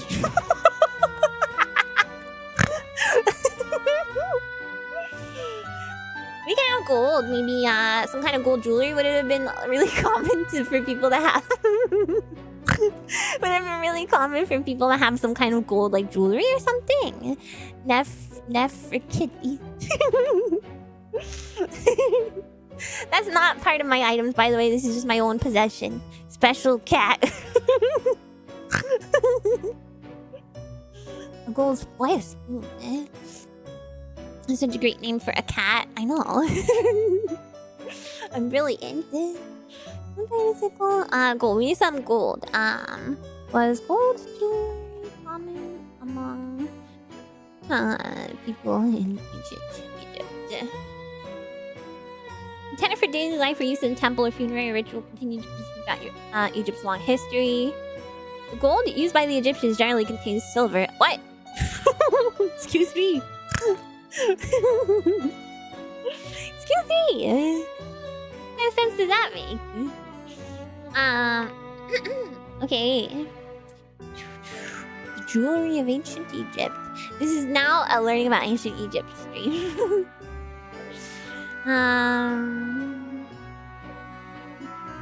Ooh, they made like ceramic beads and stuff too. Yeah, it's an alloy. It's an alloy.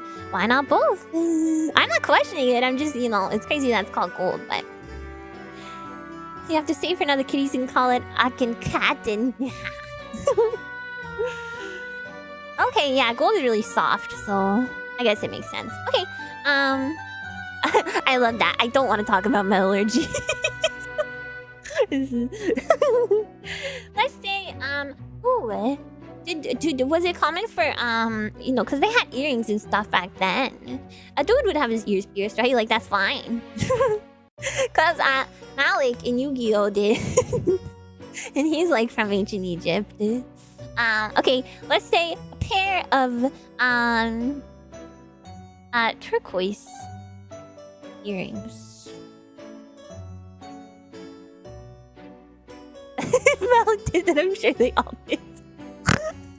Turquoise earrings. Okay. Oh man. Yeah, it was Electrum. Okay, there we go. Then create 3 more experiences, with 1 experience each being entered into a separate memory. Each of these experiences should combine 2 of your vampire's traits. If your vampire has a long ship, Oxuden as a resource, and the character Gundar, a Viking Jarl, like a father to me, you might write an experience. Like, Gundar takes me to my first voyage aboard the lang ship Okesuden. His touch calms me when we first leave sight of land. Did I do traits? Or are they just talking in general about all the things that I've said about my vampire so far?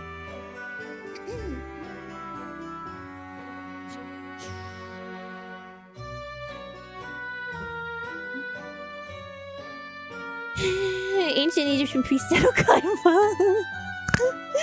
You remember dueling Narmer and sending him in the shower room? What a scrub. What a scrub. Makeup like eyeshadow and nail polish was common among wealthier Egyptians too. I don't think I was that wealthy, you know. I do traits next, but it's telling me to use skills. Okay, it must be this. Give your vampire to be 3 skills fitting for their lot in life. Okay, so writing, reading. Okay, so this is did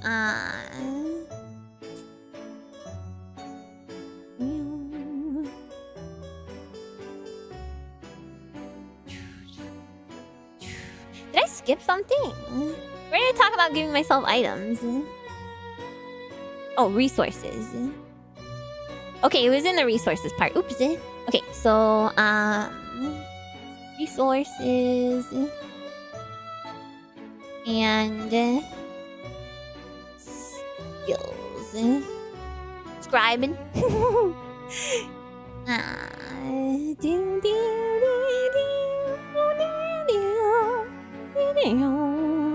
Let's say yeah, writing.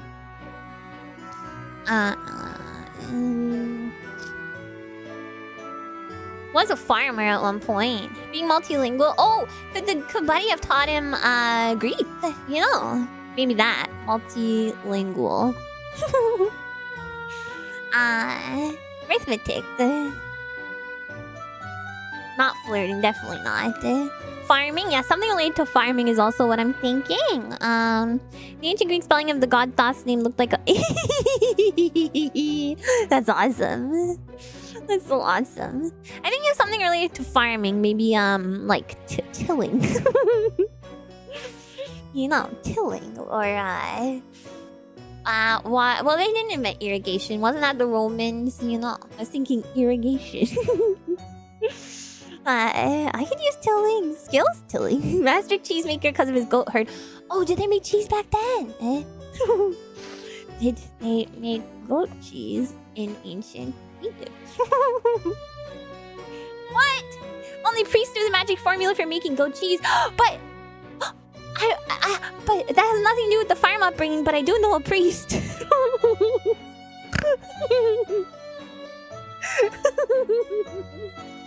So they had it, you know.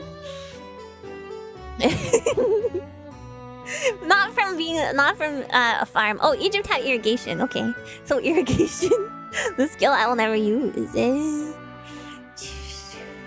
But cooking could be a thing. But, you know, it has Greek and cheese. Oh man, the Greek priest know about cheese though. The cheese priest. The magic formula for making cheese. Irrigation, I feel like, is gonna come in handy.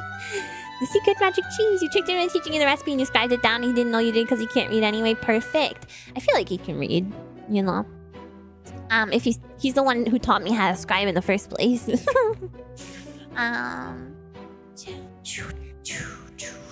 Yeah, I feel like cheese making is not gonna come in handy. Skills? Feta.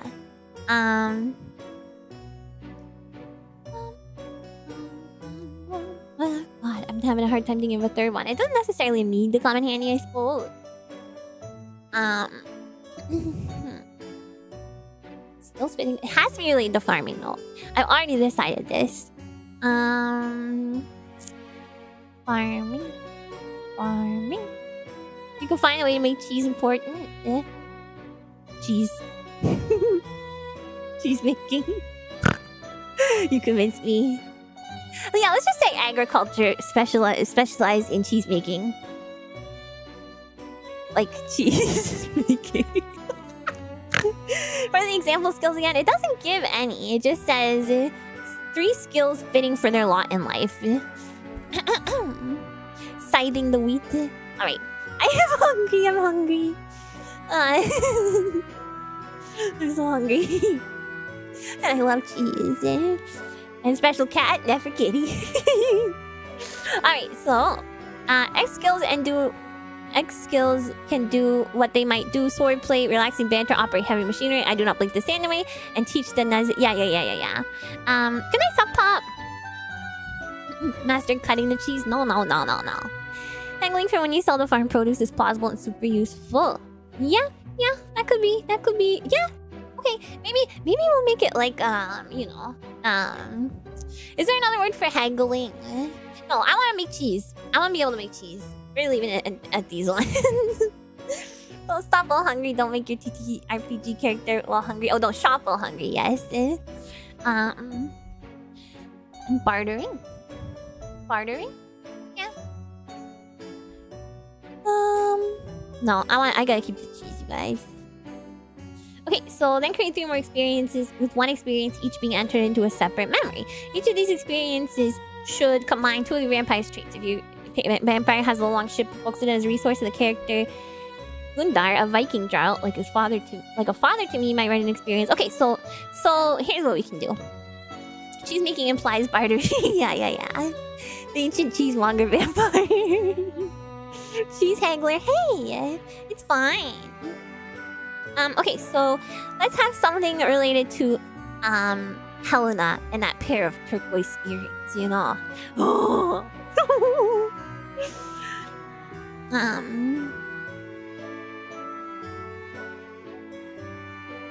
So their example is: Gunnar takes me to my first voyage aboard the longship Then his touch calms me when we first have sight of land. Yeah, I bought it as a gift, but then I was too shy to give it to her, you know. Tortoise earrings. No, maybe I intended to make them a gift when I confessed, but I just couldn't do it.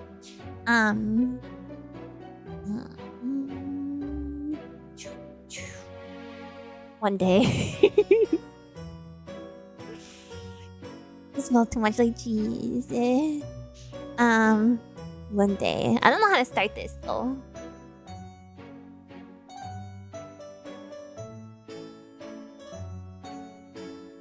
I thought I had finally plucked up the courage to approach Helena and offer a gift of turquoise earrings.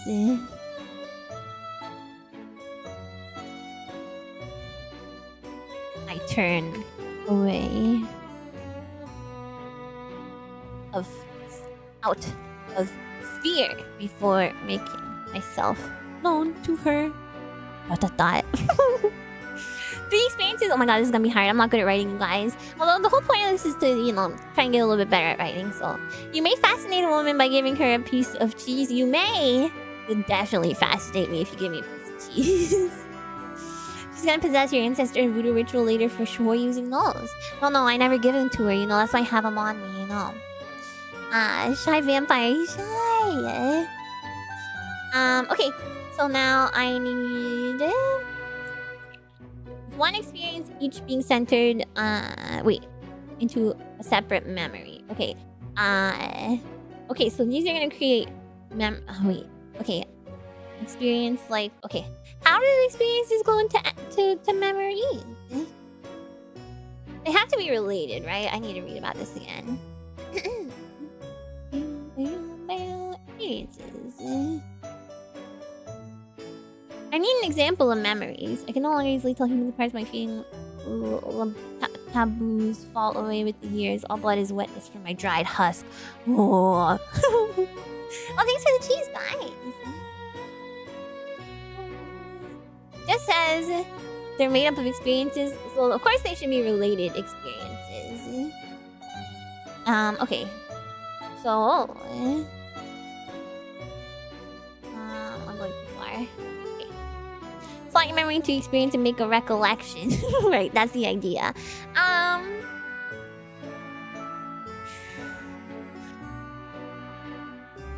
With one experience each being entered into a separate memory.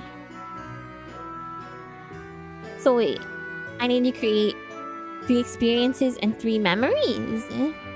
Each of these experiences should combine 2 of your vampires, traits of vampires, blah blah blah, blah blah blah blah. And then lastly, create an immortal. Okay. Frick.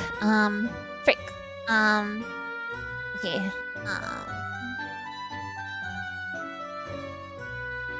That's a lot that I have to figure out.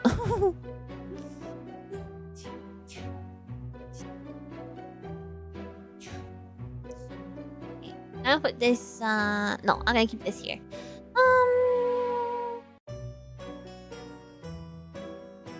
I'm like a little confused about... Does it want me to make...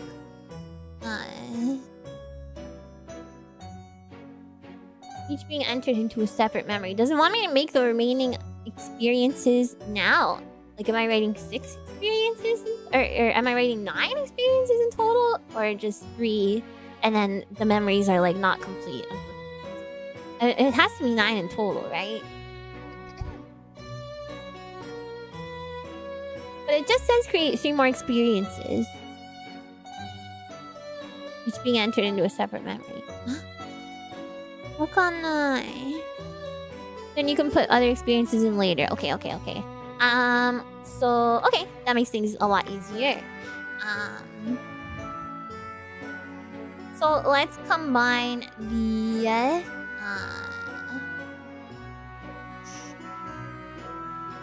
you put it in a pen. You can do it.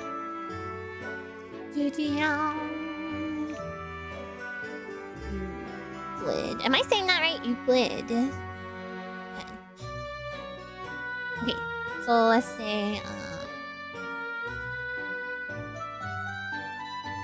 at the age of 8, 9. I was born without a face. Now, he would have had to be a little bit older by the time. Because, like, I don't know, it's probably not the standard, like, 18 years old type of thing where it determines, like, how old you can... in the beginning. How old you need to be to, you know, own land and stuff. So, let's just say... Sorry, he wasn't born without a face. Oh. And that's this cursed thing that I said. It's like a reference. It's like a quote from somewhere. I didn't make it up. I'm not deranged. At the age of, let's say, 19. Oh frick. From Game Grumps, yeah. I'm not deranged, I'm sorry. at the age of 19, I was given my first read pen from Euclid. And then, so I have skills too. So let's combine a skill and an item. So cheese making with the sickle. Wait, agriculture with the sickle. You're thinking of that line just before I mentioned it? Not too crazy. Cheese pen. Just gifted my first green pen from Euclid. No, it's not a cheese making sickle. It's just maybe let's have one of the experiences be, you know, a long time ago, you know. Like when he's a kid. I guess I don't even need to include the age. Good night, Indecisive. Yeah, sorry, this stream has been a lot more set up than I anticipated. I hope it's okay. Still having fun, you know. I just don't know how much of the main gameplay we will get into today, but it's fun. It's a sickle used to cut the hole in the exotic Swiss cheese. I don't think you gotta cut holes in them. Just one sentence is fine. Yeah, I'm thinking like that. The twisted history. Yes, real session, zero vibes. My first real play was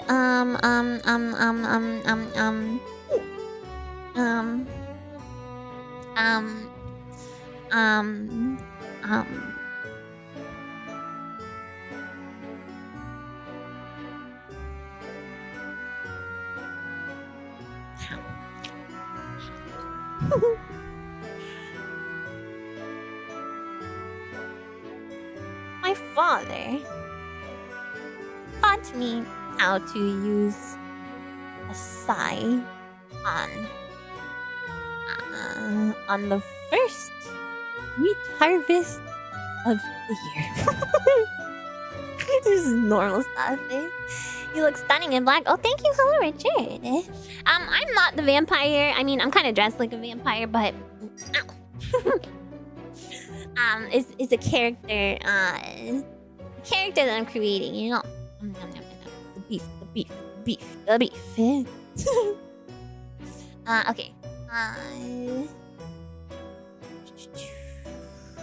Someone taught me how to use the silent first wheat harvest of the year. Does that make sense?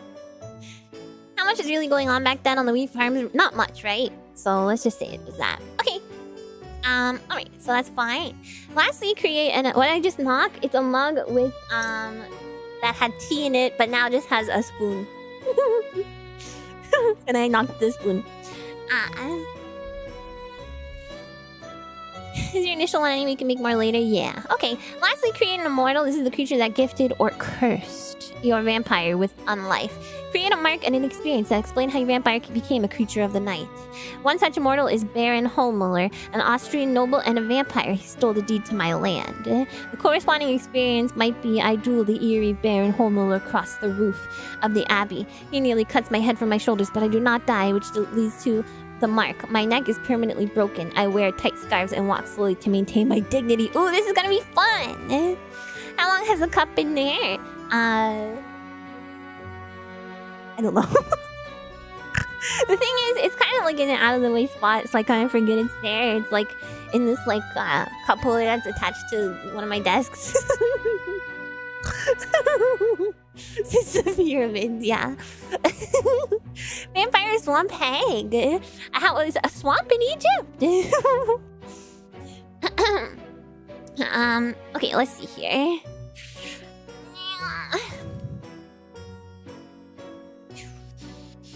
Okay, this is gonna be fun. What do you guys think? Who should have? Are there swamps? Okay, I just thought it was like dry and, you know, hot, so maybe not. But alright, so this is exciting. So we can decide who turned us into a vampire, cursed us, and it's important to the VTuber performance. Exactly, it's high stealth. It kind of is. It's like out of my peripheral vision, you know. Okay, so and Franklin, an ogre. Let's see. So, what kind of weirdo would you come across in ancient Egypt? A dark interloper in the night and it's all traumatic? What's an interloper? You're in the fertile part of Egypt? I guess so, yeah. Interloper. Person becomes involved in a place or situation where they're not wanted or considered not to belong. Oh. Fire girl in a country full of cat girls. Oh. Someone who doesn't belong and does stuff. The thing is, it's gonna be hard to because this is like so long ago, it's gonna be hard to put someone there that's from somewhere else.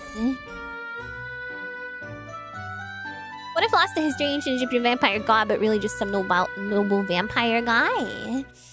Lost to history, ancient Egyptian vampire god. Follower of some obscure god, a vampire god.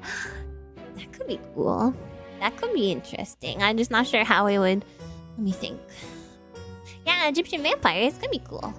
An alien now came to check on the pyramid prompt, but you dueled, but his deck... And you dueled, but his deck was better. It's all about the heart of the cards, baby.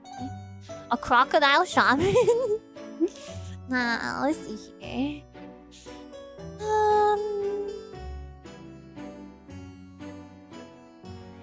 This is tough. Yeah, maybe cultist. Egypt vampire? Hey, wait a minute. What? Being lost to history lets you hand wave accuracy.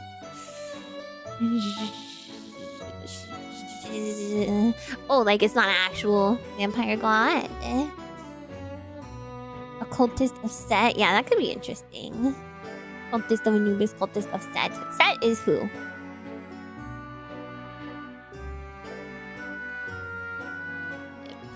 I know he's a god, but who is he?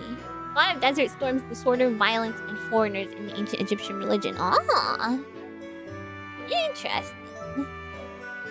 Vampire copper salesman who's really bad at his job and trades you immortality for not getting him in trouble. So I guess the idea is that maybe it's not traumatic. Yeah, Seth. Maybe it's not traumatic is another idea, and maybe like I wanted to become immortal for some reason, but why would you want that, you know?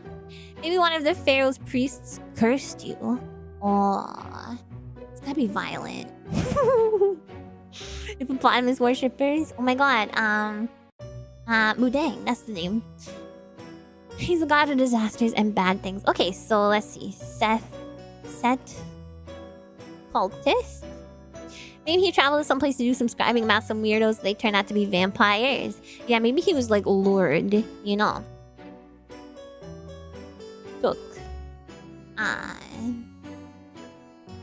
I took a sketchy. No, I took a dubious gig. God, my words are not good today, you guys. I'm sorry. Thesaurus took a sus gig. Maybe he wanted to live long enough to meet Brendan Fraser years later. Oh yeah, he's a mummy.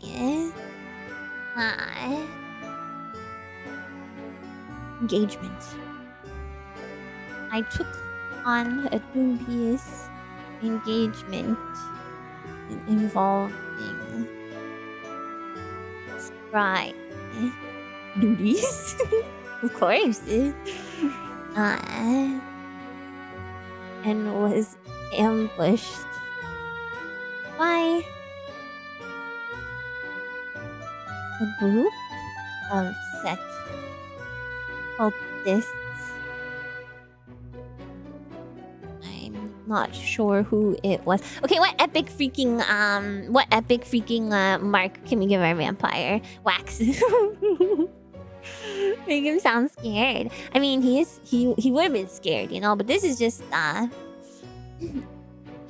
yeah, I will in the next part. Take a sussy back, a job gets jumped by a bunch of sussy bugs. Cat ears, no.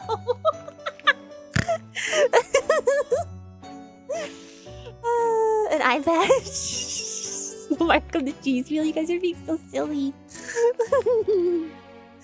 It's gonna be cool. Not the Skate Shoe logo, please. Let's see here. It's gotta be cool. It's gotta be cool. Cool S.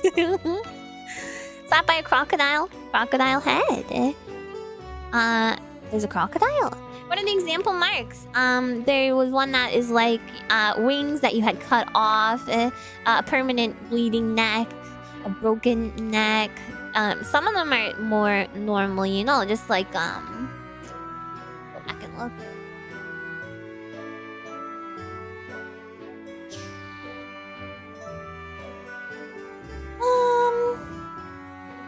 I think I'll have to continue this one next week, you guys. Because we're still in the we're still in session 0, you know. Oh yeah, halo under hat, you know, stuff like that. Tall red hats, and I help going woo howdy.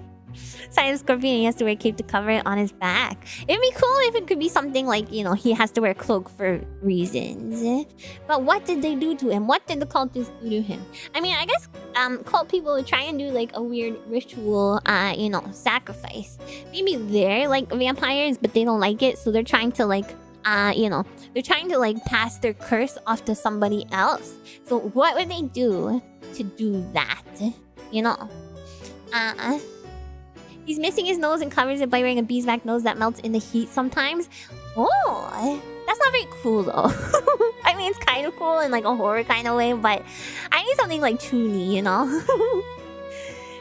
They got weird blood on him and permanently stained that part of the body. Defeat his children's card game. Oh, you thought that was a crocodile. I was like very confused. I'm not sure who it was that finally... I'm not sure who it was that... What'd they do to him? What'd they do to him? What'd they do to him? He has a red ring and a white ring representing the 2 Egyptian crowns. He has stigmata. What is that? You also took an entire session to create your character the first time you played an RPG. Yeah, it's tough. It's tough. Oh, a red wing and a white wing. That just makes me think of like Shadow the Hedgehog. What would they do? What would a cultist do to torture someone?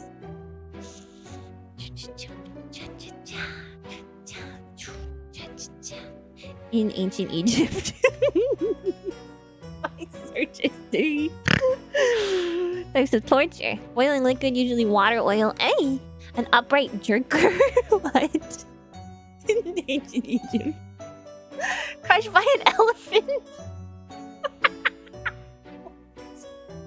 What are these? Oh my god. This is not even just Egypt. That's like, okay, crime and punishment in ancient Egypt.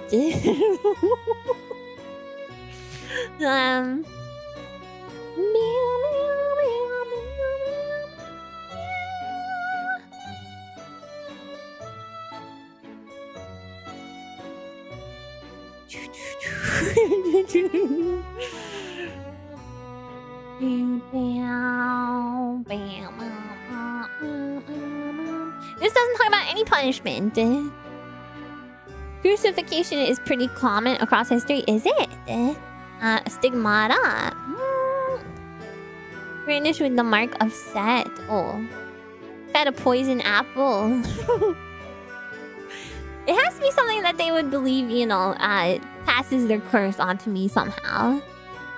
Can't believe Sheena Ringo's are releasing singles in ancient Egypt. Severed hands. Severed hands. The Mummy 1999. What possible reason could the Egyptians have had for bestowing the curse upon Imhotep that granted him godlike powers if he ever got free from his doom? The Pharaoh's curse. Maybe they made him drink a bottle full of sand. What would that do to his body? I must make cheese, but I have no hands.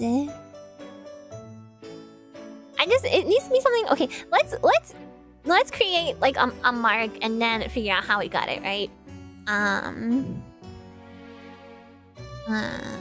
So let's say the mark is... God, why am I having so much trouble with this? Jojo birthmark. Night in the scorpion tub. That almost sounds like a real thing.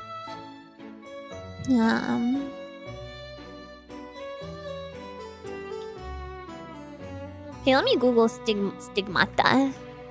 There's tons of cool options. Wait, that's related to like Jesus. Was he even around?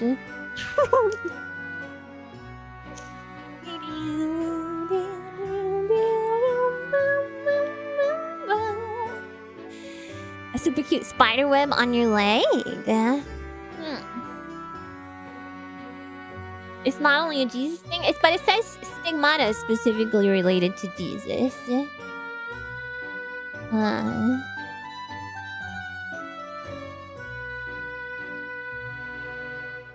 You know, this is AD. No, I don't think so. It was around before then, I'm sure. Okay. Alright, we can do that. He has to wear epic gloves, you know. He has to wear epic gloves because he's got crucifixion scars. I'm not sure. I don't think they invented it for Jesus. I mean, I don't think so either. I'm just trying to, you know, be kind of accurate. Okay, let's do it.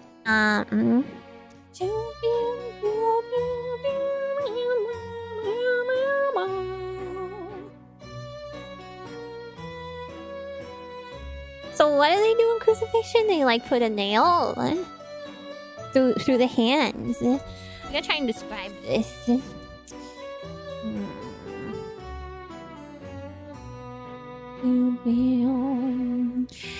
Maybe it was just like they were trying to perform some kind of ritual on him to try and pass the curse. So they just ranging in severity. Usually they just tie them up, okay.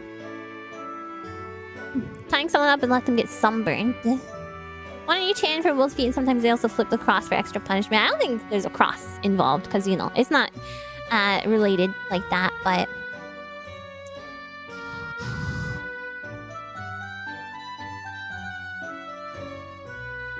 my cursed kidney. I'm sorry this is taking so long. Okay, I can take out the I'm not sure who it was.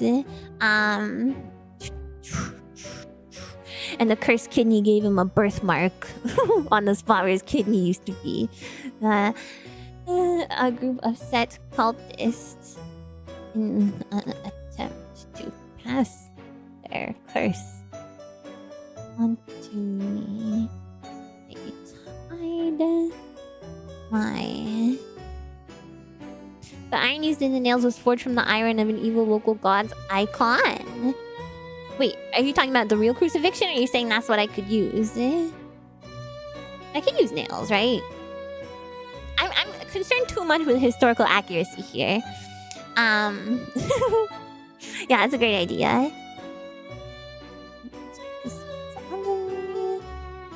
I was restrained with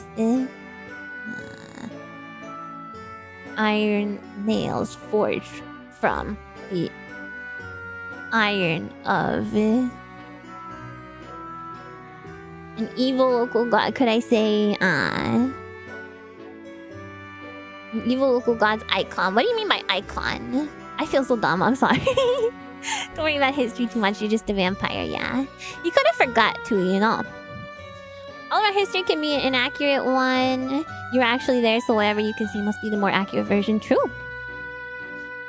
An icon, a symbol, a sigil. Okay. From the iron of... their fan-made merch. Okay. Their profile pic. So it's gonna be, forged from the iron of...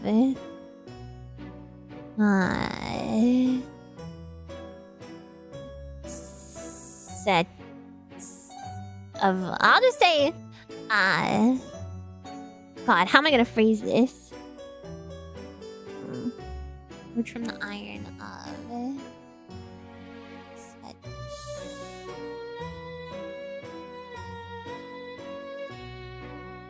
of an icon they made? I don't know. I guess they didn't make it if they're, you know, reconstituting it into nails.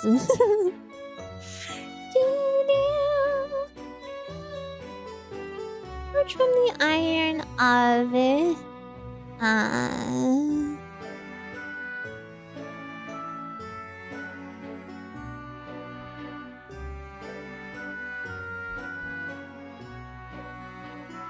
Evil God's Shrine Centerpiece. I like that. Evil God's Centerpiece.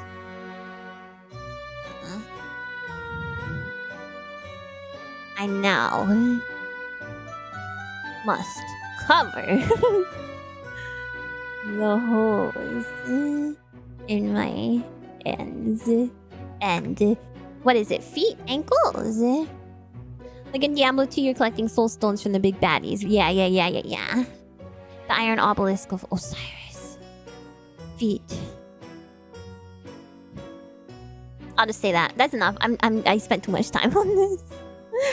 I now must always be sure to cover the holes on my hands and feet. Once you finish the vampire, they have 3 skills, 3 resources, a mark, at least 3 mortals, 1 immortal, and 1 experience in each of their 5 memories. I guess I'm supposed to specifically say who the immortal is. We don't have to know their name, right? Immortal.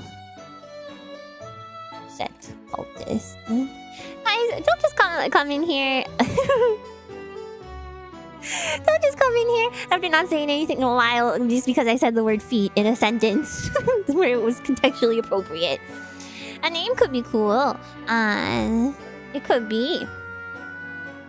The thing is, I'm having trouble with names because, you know, there's not a ton of Egyptian names.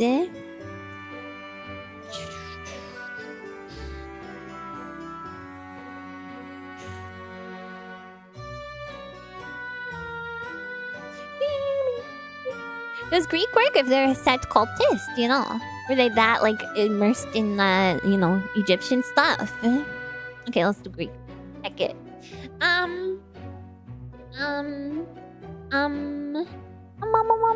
It can work? Okay.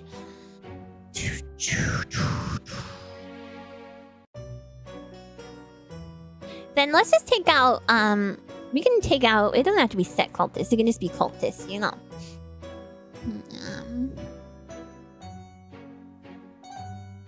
How about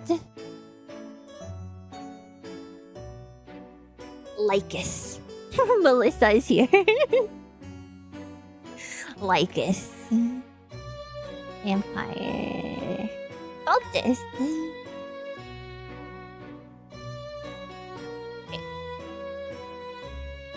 And 1 experience in each of their 5 memories. Okay, so I'm just gonna make sure I have these memories marked. Because there's only supposed to be 5 in total. Now the first experience is also part of those. So the being born part. So we'll put that down here. Sorry, just some formatting stuff. I'm gonna put my experiences on the other document, I think. And then we'll have all the basic stuff in this one. I like your fancy outfit. Oh, thank you!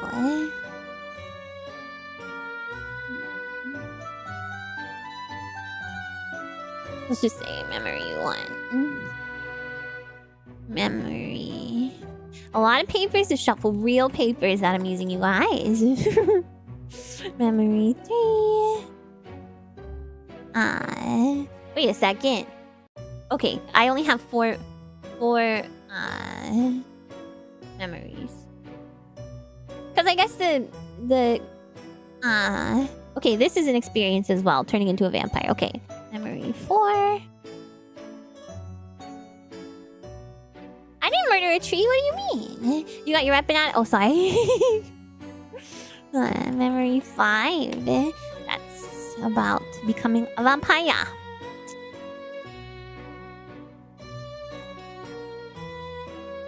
What just happened to my outfit? I'm just the... Buddy? Something happened to my outfit? Oh, you can, like, heave the chest with one of these hotkeys, strangely. What the heck could that be for? What? No, it's just a weapon.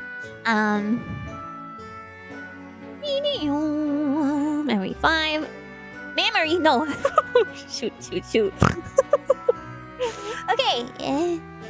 Let's save this. Vampire memories.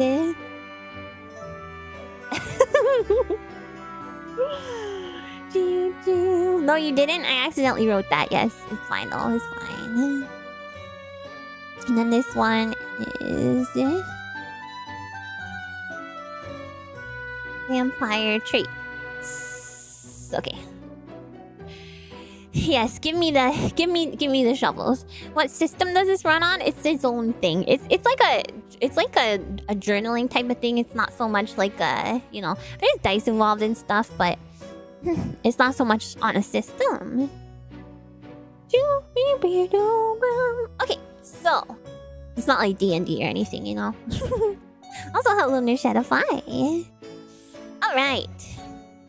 So, playing the game. To play 1000-Year-Old Vampire, you answer a series of prompts. Answer these prompts to learn about your vampire, experience their travails, and be surprised by their doings. Responding to the prompts in satisfying ways is the joy of this game. After you play through a few times, you can find additional prompts in Appendix 1. You can answer prompts either in writing, like a journal, or just aloud to yourself. This book is designed so that you can write your responses directly onto its pages if you are brave. Number your entries to keep the chronology straight. In the process of answering prompts, you create, lose, and alter your vampire's traits as instructed. Every time you answer a prompt, you must create an experience and add it to a memory unless instructed otherwise. Okay, I'm happy we're at least going to like start with this phase of it because it's gonna be cool. Roll your D10 and D6 and subtract the result of the D6 from that of the D10. If the result is a positive number, move forward with that many prompts. If it is a negative number, move backwards instead. A zero means you encounter the same prompt a second time. Let us imagine that I would just answer prompt 11. I roll 7 on the D10 and 4 on the D6, which means that I move forward 3 and end up at prompt 14. However, if I rolled 4 on both dice, I would answer prompt 11 again. You will notice that the prompts have second and third entries. These are encountered the second and third times you land on a prompt. If you land on a prompt and have already responded to all the entries, moving along to the next prompt. Moving right along. Okay. So, shoot, I just messed everything up. Hold on.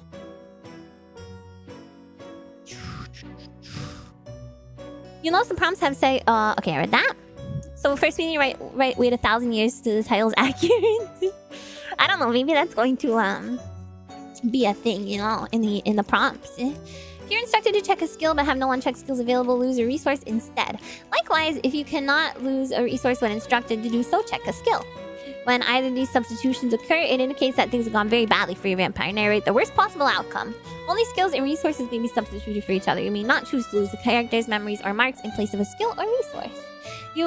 If you must lose a skill or resource and you have none, then your game is over. Narrate your vampire's demise for using the prompt for inspiration. Aww. The game ends if you're unable to check or lose a skill resource when required to do so, or if a prompt tells you that the game has ended. Sad. Locked out as the sun comes up. Oh no, yeah, like this guy. Oh no! Oh no, so sad.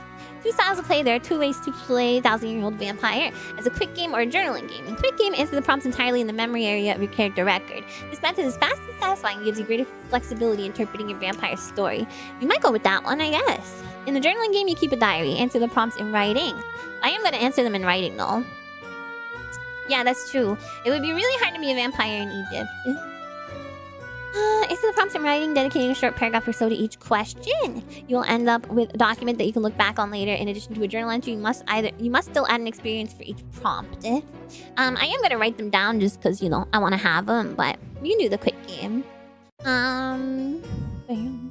In case of any contradictions or complications, your memories and experience take precedence over the detail of your journal entries in the journaling game.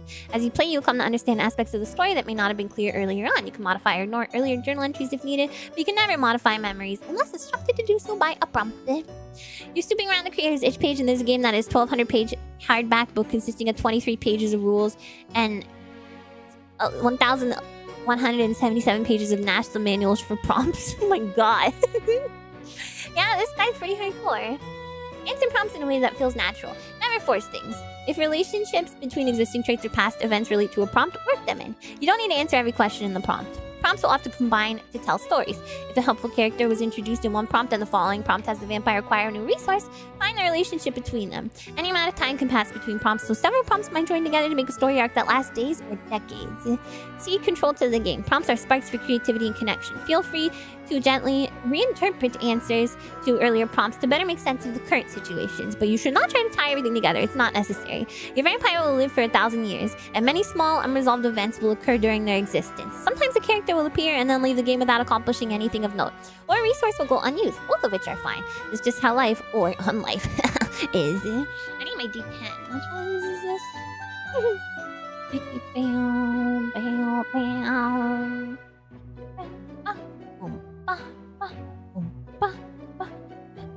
Is this one? The 10 is a 0, right? And a D6. Okay, got it. Only 1,000 years. Oh no, you're still back in like 3,000 BC. I know. It's so long ago. Too early for ice cream sandwiches, but too late for the seeding of civilization by ancient Ayla Mouse. No, that's not true. There could be an Ayla Mouse. Overthinking is unhelpful. Oh no.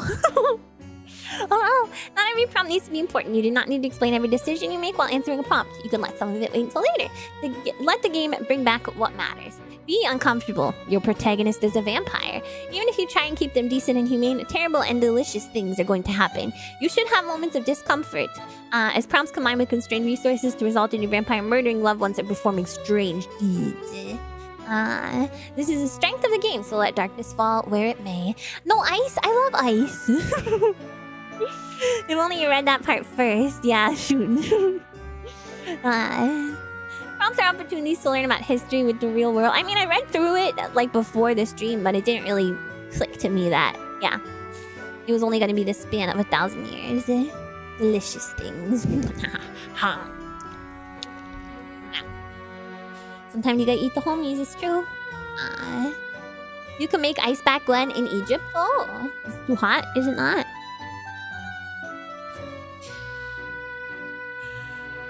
This is the strength of the game, so let darkness fall where it may. Prompts opportunities to learn about history and the real world. Oh, at night, right. Turn to Wikipedia and read about the different types of Turkish nobility if you need to. The game will wait.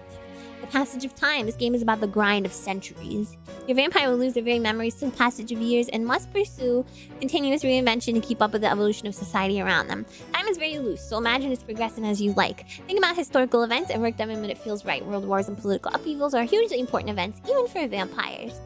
For general guidance, consider the first 7 or 8 prompts you answered to be the first busy years after your character becomes a vampire. Everyone they know is still alive, and the world is still the world of their mortal life. By contrast, their final experiences might take place in the early 21st century. Don't fret about specific years, but do watch for obvious breaks in the timeline. A series of prompts might interrelate to tell a small story, only for something to interrupt that story. Take the opportunity to jump a few decades ahead. However, if you reach a game-ending prompt and it's only the 15th century, that's fine too. The 15th century, oh god. Today, I took a nap.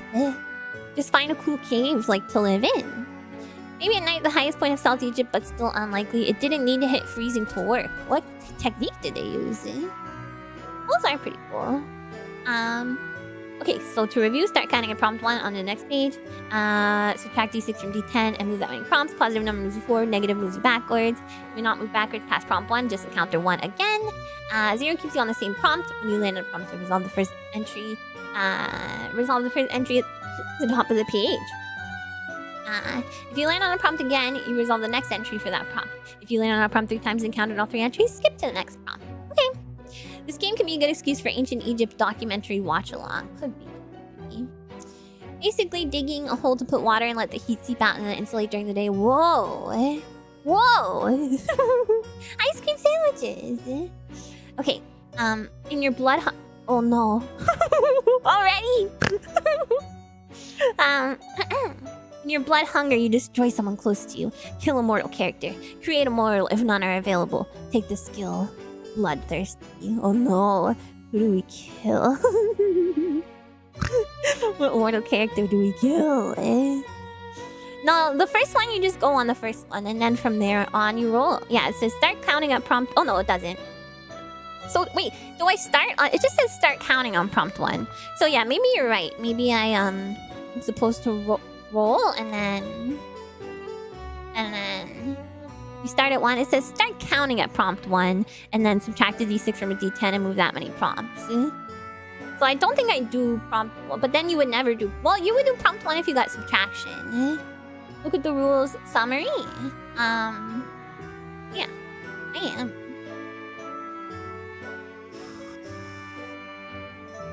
To review. I just looked at start counting at prompt 1 on the next page. It just says start counting. It doesn't say do prompt 1. I attended an academic lecture on Cleopatra once. Really? I feel like that'd be fun. Well, I think you roll for each one after if you do the first one. But seems like a rule. I think so, based on these rules. It's not just because I don't want to, have to kill a mortal character. You never learned about Euclid getting killed by a vampire in math class. It's a different guy. I think it's gonna be a roll. Okay, let's roll. Helena after her first transformation, tragic origin story. Poor girl. I got a 4. Fine. 1, 2, 3, 4. You're exposed and flee to a neighboring region. Lose any stationery and resources. My stationery! No! A mortal flees with me.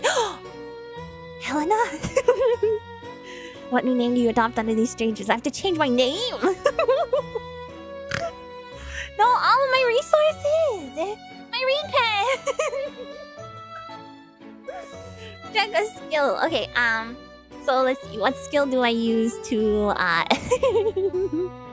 what skill do I use to leave it? Your name is Elena.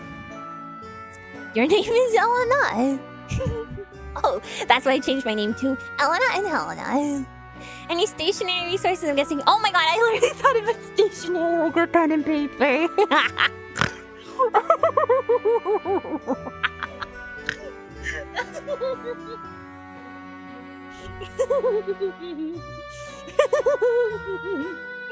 Sorry about that.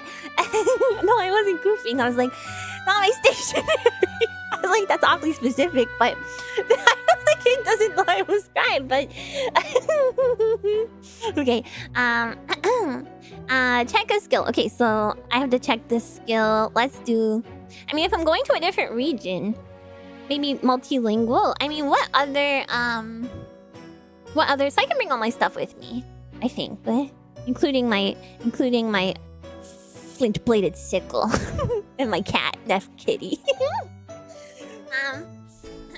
So what is around Egypt that I could need? Well, I'm not multilingual, I'm only multilingual in Greek though, so that's not gonna work. I don't just have a skill. Greece, is that neighboring? I feel like it's not exactly. This trapper keeper is made from stone blocks. What makes a character that's dedicated to stationery uses all that stationery? Basically neighboring. Okay, let's go to Greece. Okay, so now how does this work? So I'm just writing, since I'm doing the quick mode, I think I'm just writing a series of experiences, I think is the idea. Thanks to the prompts in the memory of your character record, this method is fast and satisfying, gives you greater flexibility in interpreting your vampire story.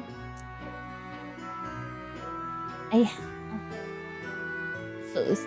Well, I guess I could relate to the Helena memory, right? It is like thousands of miles. It's across the Mediterranean Sea. It's across the Mediterranean. Well, maybe we flew. Where is Crete?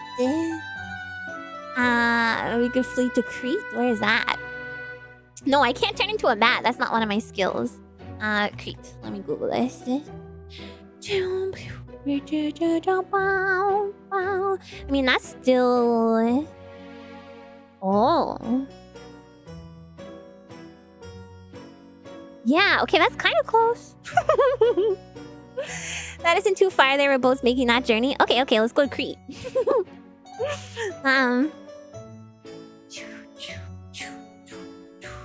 Well, bat transmogrification wouldn't make any sense other than the fact that I'm a vampire, you know. Okay, let's go to Crete. Heck yeah. Is it beautiful there? A vacation destination.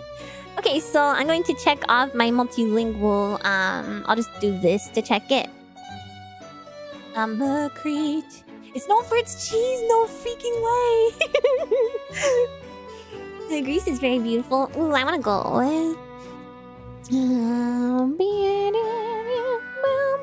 And then we're gonna bring Helena with us. The perfume maker. Yeah, we're gonna blend right the frick in. Okay, so let's see here. So this is gonna be connected to my Helena memory in that case. I think this is how it works. I think I'm doing this right. No.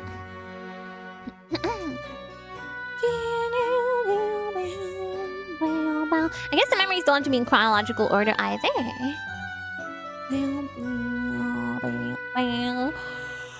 Okay. So maybe since I think memories are like 3 experiences, then so there can be one in between this and the last one because they don't really connect well. So need the perfume and hide the vampire snake. That's right. Okay, so now how am I exposed? How am I exposed as a vampire? Well, so I have to cover my arms and my hands and feet. I mean, maybe it's just as simple as you know, they're doing like a welfare check on me because I like don't come outside during the day anymore. They. Imagine you lost your stationery. You'd be serving garlic bread. I wonder if they had garlic back then. Let's see.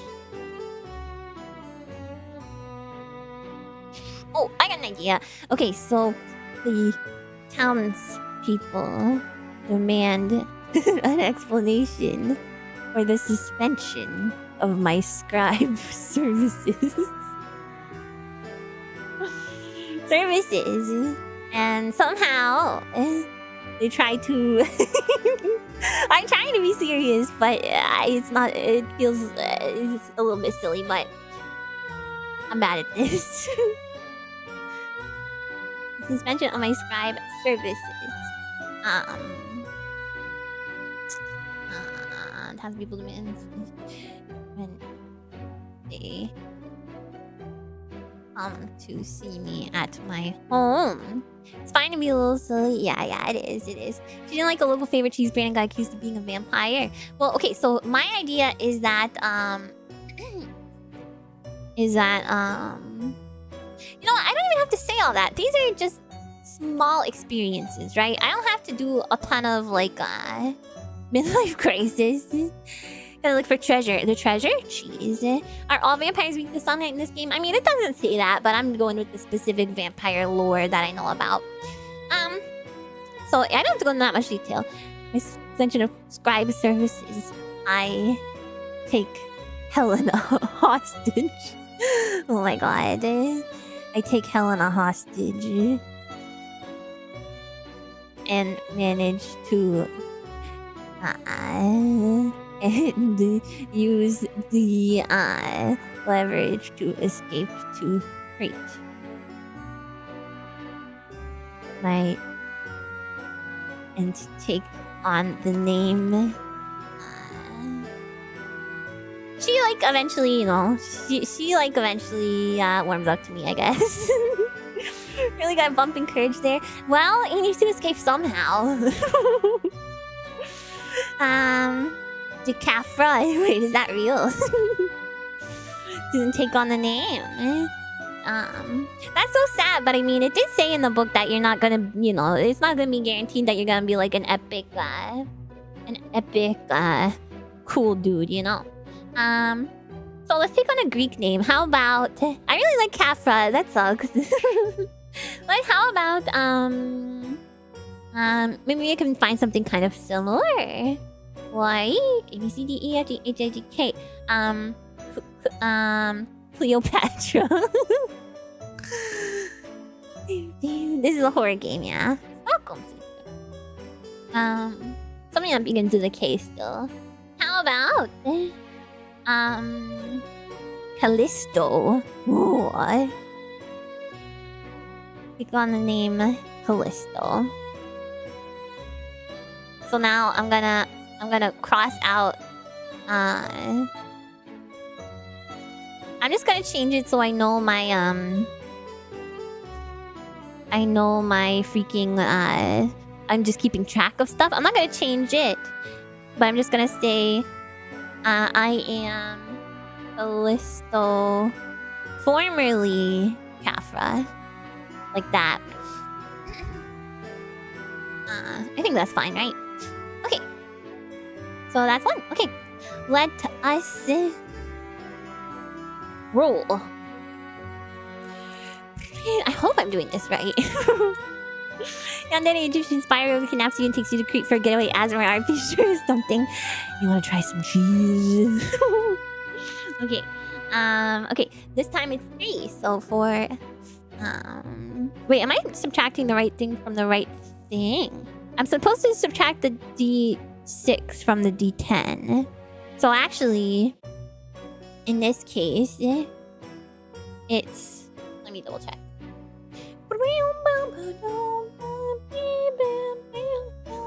Subtract D6 from a D10. Okay, so in this case, I have to go back 3 instead. Oh no! Oh no! No! Helena! So soon! Oh, trick. It doesn't have to be her, but we're in Crete now. I guess they're not in order, you know. Oh, it's not chronological. Yeah, that's true. Okay. I don't want to kill Helena. Okay, let's kill our freaking rival. What's his name? Narmer. Narmer. What can this freaking... I guess it has to tie into the reed pen one. Oh wait! It could tie into the side. Like maybe I use the side to trammel him, and then and then eat him up.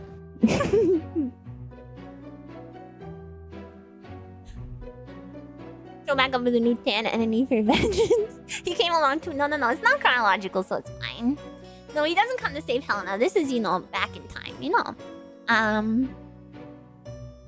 I can stand my need for flesh no longer. I can stand it no longer. Using the scythe to dismember. Oh my god. Marmor and consume over a number of days. Okay. It's not, I'm just, drinking his blood, But it's easier if you just dismember. Okay, no, maybe I kill him and then I'm like, I better dismember him to get rid of the... God, this is dark. Oh my god, I'm sorry. But it's Halloween, it's horror. Then you will lust for the flesh. My need for blood no longer. Choose deciding Narmer is the person I can stand to... Oh frick, I can't say I can stand again. The one person I detest enough to partake. I dismember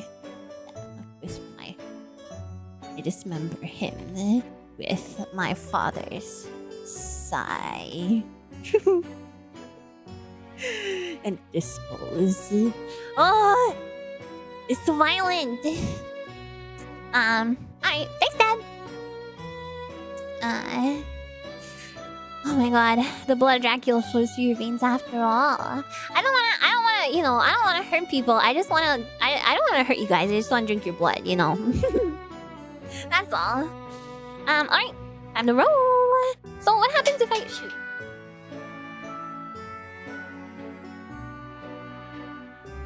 What happens when I run out of like space in the memories and stuff? Do I just forget one? No, I got it. Is that what you've been doing with all the bites? Maybe. You want a hug? Jack?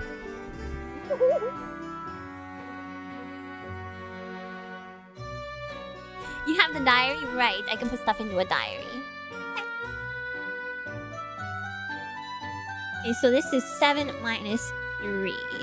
So that is 4. Wasn't I on 4? Or was I on 3? No, I was on 4. Okay, we'll have to go to the second one. You were adopted into a strange cult who take you in despite or because of your Outlander origin. Check a skill and create a resource. The secret cabal. How do they find you? What vile... Oh, I get the skill Bloodlust. I forgot. Is that what it was called? Bloodthirsty, rather. Okay, I'm glad we're getting into the meat and potatoes of the game. Finally, you know. We'll have to do it again next week.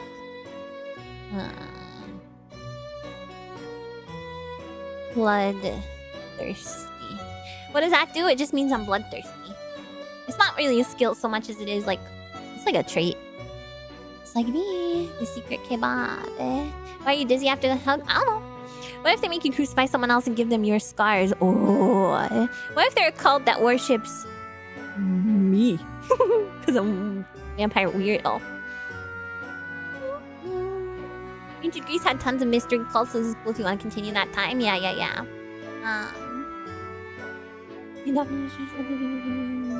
Okay, so, I don't know. I guess I'll use... I don't know.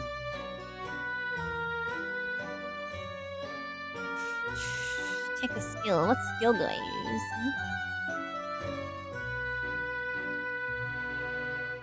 They know what I am? They don't. They just know that I'm a real crazy and they want to be crazy too. Despite or because of your Outlander origin, check a skill to create a resource. The secret cabal. So what kind of resource is that? The secret cabal. Oh, I used my sickle, so that's gone now. Right? I can only use them once, I believe. I still can't believe I thought stationary was... Oh my god. Just some crazy couple once you show up. It's a real deal with vampirism, yeah. Okay. Manpower for when you need to move or something. Okay, just manpower. They're just my bros.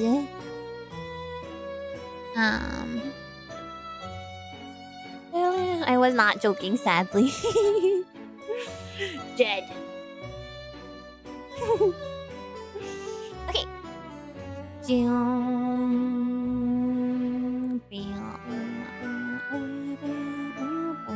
So this can, you know, go in with my memory number 5 since it's kind of related, I guess. I'm not sure if I'm doing this right, but... initiation.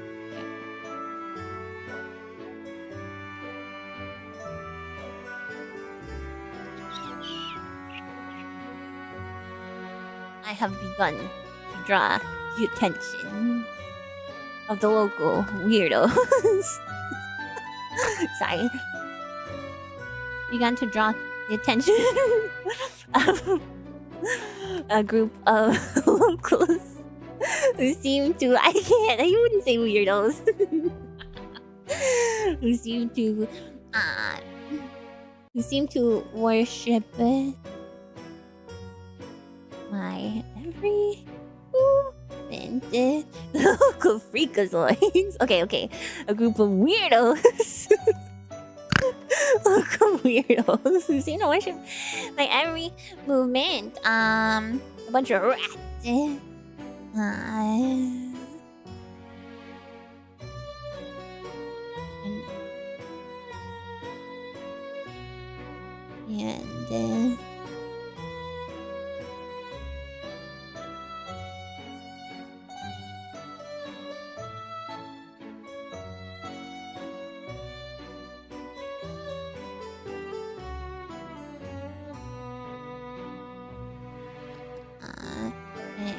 of them are similar to my own.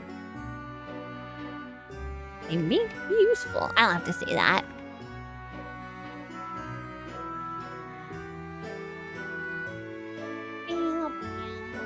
I think that's enough. I forget that's supposed to be like a sentence, you know. The local whoopies. It's direct translation from Egypt, and they said weirdos a lot back in hieroglyphics. I mean, we don't know. Nobody can read like hieroglyphics, right? Isn't that like a thing?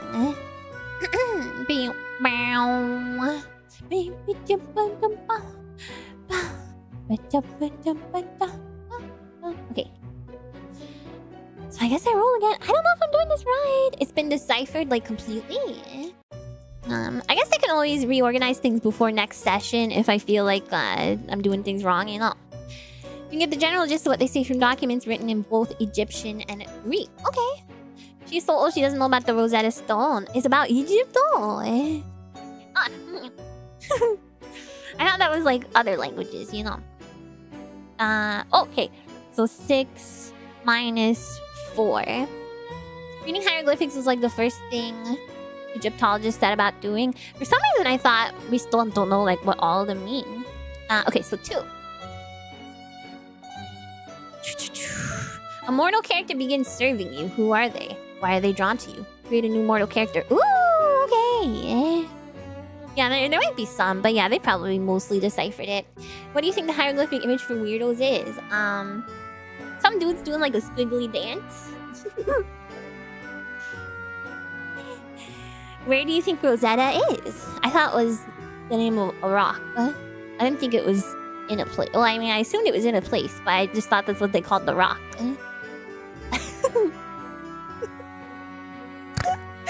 Is this? Ew. Hey, I'm not weirdo. Okay. Mortal character begins serving you. Why are they drawn to you? Create a new mortal character. Okay.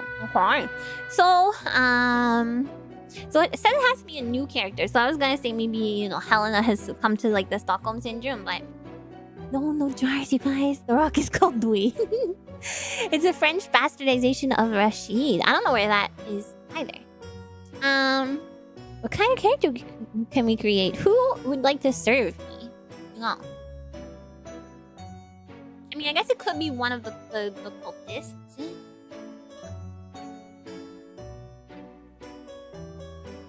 It's true, he was the scorpion. No, I don't mean you guys. In the game, who would like to serve me? Yeah, one of the cultists.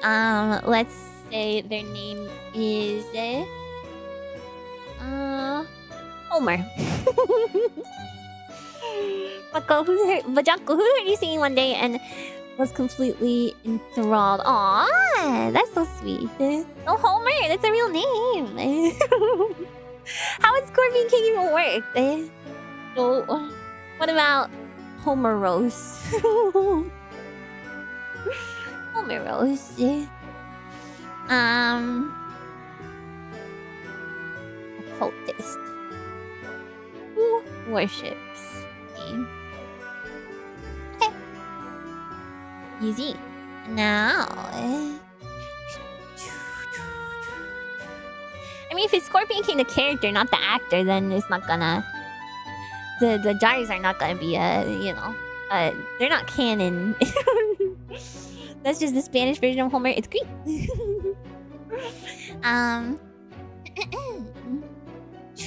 They didn't have jars, but they had like you know, pottery and stuff.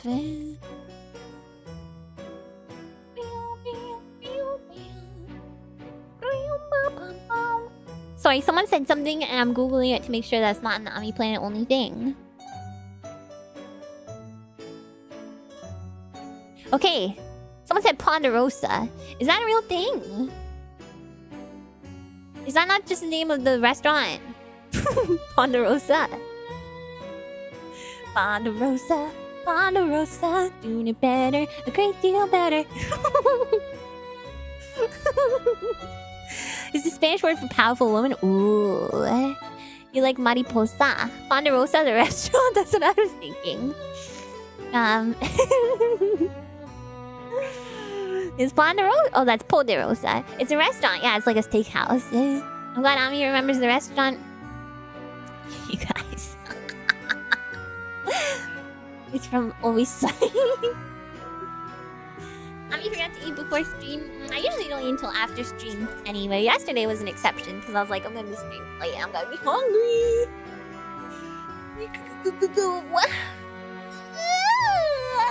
Okay, so they're who are serving me. And I've created them. Oh. Let's put it in a... Well, I guess I have to put it in, Sorry for yawning so much. Why do you think it was an Ami Planet thing? Because I wasn't sure if it was a... What do you mean? Because I wasn't sure if it was an Ami Planet only thing or not.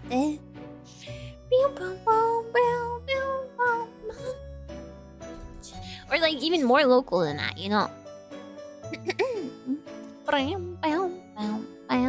Local group of weirdos who seem to worship my every moon, give them marks similar to my own. Okay, so this can be a conclusion to this memory, I guess. So maybe I like, you know, feed off of them, you know? Yeah, they get a mark. But they're not a vampire. They just want it because they think it's cool because, like, they worship me or whatever. Omerose from the group of cultists offers himself to feed off of feed on. Feed off of feed on. What does mariposa mean?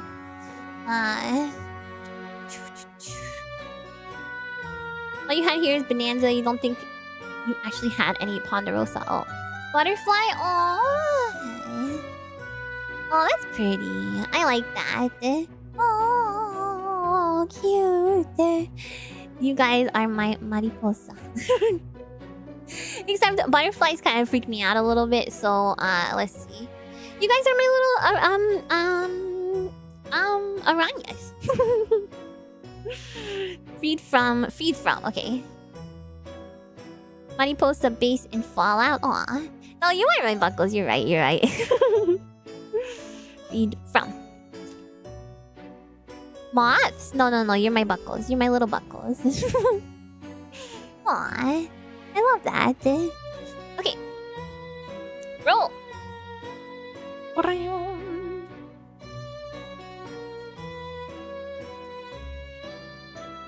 Okay, 8 minus 2, so that's 6.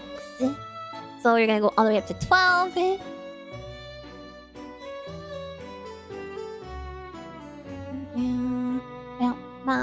New laws or social mores make it harder for you to hide among the populace. How are you nearly caught and destroyed? Check a skill. Create a skill. Create a mortal criminal who assists you.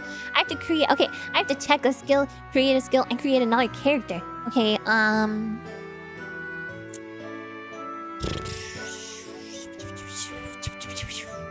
where can I even include this? Maybe in this one, since it relates to being discovered. That's a lot of stuff to do. You need a crime? I need a criminal. Who assists me? What kind of crime would people do back then? You know, I'm having a hard time thinking of criminals that aren't just, you know, the cultists. It's funny you're a spider who's freaked out by the most docile insect. It's not, it's just the way they move and the sound, you know. I guess butterflies don't really make a sound, but... that's a lot. If you want to save it for next time, we can save it for next time. I just should write a note that I'm at prompt 12. Prompt 12. Counterfeit cheese? How do you counterfeit cheese? Make it with, you know, water mixed with flour instead of milk. Criminal? Brutus?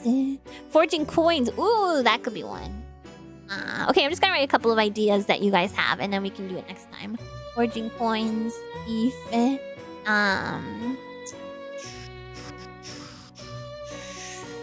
Making cheese with goat's milk and passing off his Iraq cheese.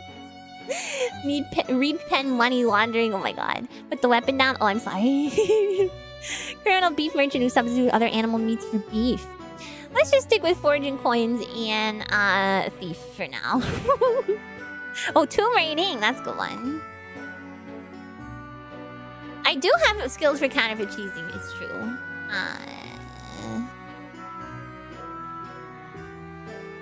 Farting in public, I mean, I don't think that's a crime. Alright, let's save that there. And let's save this here. Bump, bump, bump, bump. I'm saving them each 1,000 times. Make sure they're saved. Guess we'll wrap it up there for today. Sorry we didn't get to too much of the actual, story, like, telling you guys. But we get started. Gathering your outfits up and down. Wait, what does this mean? They're regionally protected cheeses like Parmigiano Reggiano. Counterfeiting that would be highly lucrative. I'm gonna call my cheese whatever cheese I made Parmigiano Reggiano, and I don't even care. We made it to the start line, so that's pretty good pace. Yeah, and we even got into some of the main story, so yay! Punch, punch, punch, punch, punch, punch, punch, punch, punch. Punch. Good job, guys. And that ties into Crete? Yes, it does. So there is counterfeit cheese. Oh my god. Yeah, the character setup was a lot. See, I'm always like, I could do it off stream, you know, before starting. But like, I want to do this stuff with you guys because it's like fun, and then you guys inspire me to be like more silly, and also you're smart. Celebratory heaves, heave, heave, heave, heave. I don't know why this is a toggle. Lucy, you'll have to come up with something else for next week. Yeah. Well, I mean, to be honest, I could definitely fit, I could definitely find, enough games or whatever to play. I got plenty of ideas, plenty. I think it's fun to show everyone how to play and set it up and stuff. I think so too, yeah. That way you guys are not totally lost when I actually am playing. You feeling better? I kind of, you know, my mind is, distracted from anxiety stuff right now, so I'm feeling good. Hopefully it continues through the rest of the night. You know, who knows what can happen, right? But the thing about, you know, anxiety disorders and stuff is that it's like, you never know what's gonna happen. Although, you know what, I saw a yeah, I'll just think the stuff. Yeah, I do have stuff I need to work on, so we're here for you. I know you guys. Thank you. Hug. Like a ninja, yeah. You deserve a warm, comfy place to relax too. This is my warm, comfy place, and with my kids, you know. So, oh yeah, I was gonna say, I saw I thought it was sweet. A VTuber on Twitter explaining about you know, Tourette's syndrome stuff. I was like, you know what? Good for you. Hope you're doing well and keeping your my stationery. So I was like, yeah, we're around, you know. You know, nice to be nice to let people know that they're not like the only ones, you know, because it can feel like that, especially when you're younger. And like, you know, you're 10 years old or whatever, you find out you got Tourette's syndrome and you've literally never heard it before. And then you're like, oh, I have this like super rare thing, and it's like makes me so weird. But then you get older and you realize it's not all that uncommon. So it made me think of you. You might have seen it because it might have showed up on your timeline because I replied to it. Look, we're here to support you whatever happens. I know you guys are. I know. I just mean alone and like having like you know, some kind of you know, some kind of ailment, I guess. Wish there was a YouTube comedy series that could explain my condition. No. Oh my god. Can you imagine how terrible? I mean, it is pretty funny, but god, Tourette's guy caused so many problems for me. It was wholesome that you replied that she put herself out there like that. Yeah, I think so. Slept super in the morning before you woke up, unless you replied. Yeah, it was yesterday.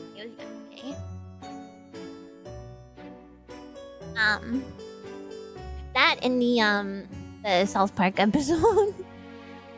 But I mean, it was still, I still thought it was funny. I just didn't like that people are just weirdos, you know, not the fault of the show or anything, but we're always here for you in whatever way we can. I know you guys are the best. The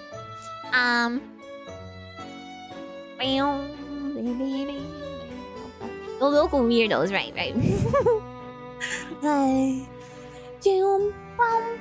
Now I just have the Ponderosa Wikipedia page open. You thought the South Park episode had a whole section on what Tourette's is really like. I mean, that was part of the episode, was like demystifying it, but you know, when you're younger, it's like nobody cares about that. Nobody pays attention to that part. You are part of. They are part of you and your charm, and all of you are great and amazing. Aww. Thanks, guys. Thanks, guys. I wasn't gonna say anything about Tourette's at all at first, but then actually, Kazu, my gen mate, also has Tourette's syndrome, so I was like, you know what? It's fine. It's good to talk about that stuff sometimes, you know.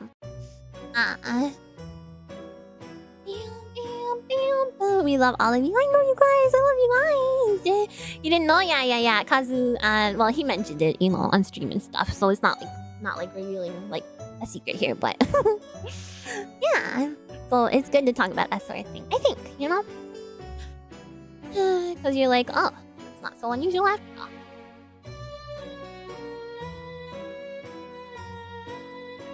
They're part of you as anything else, and we love all of you. Stop it, you guys are gonna be fine.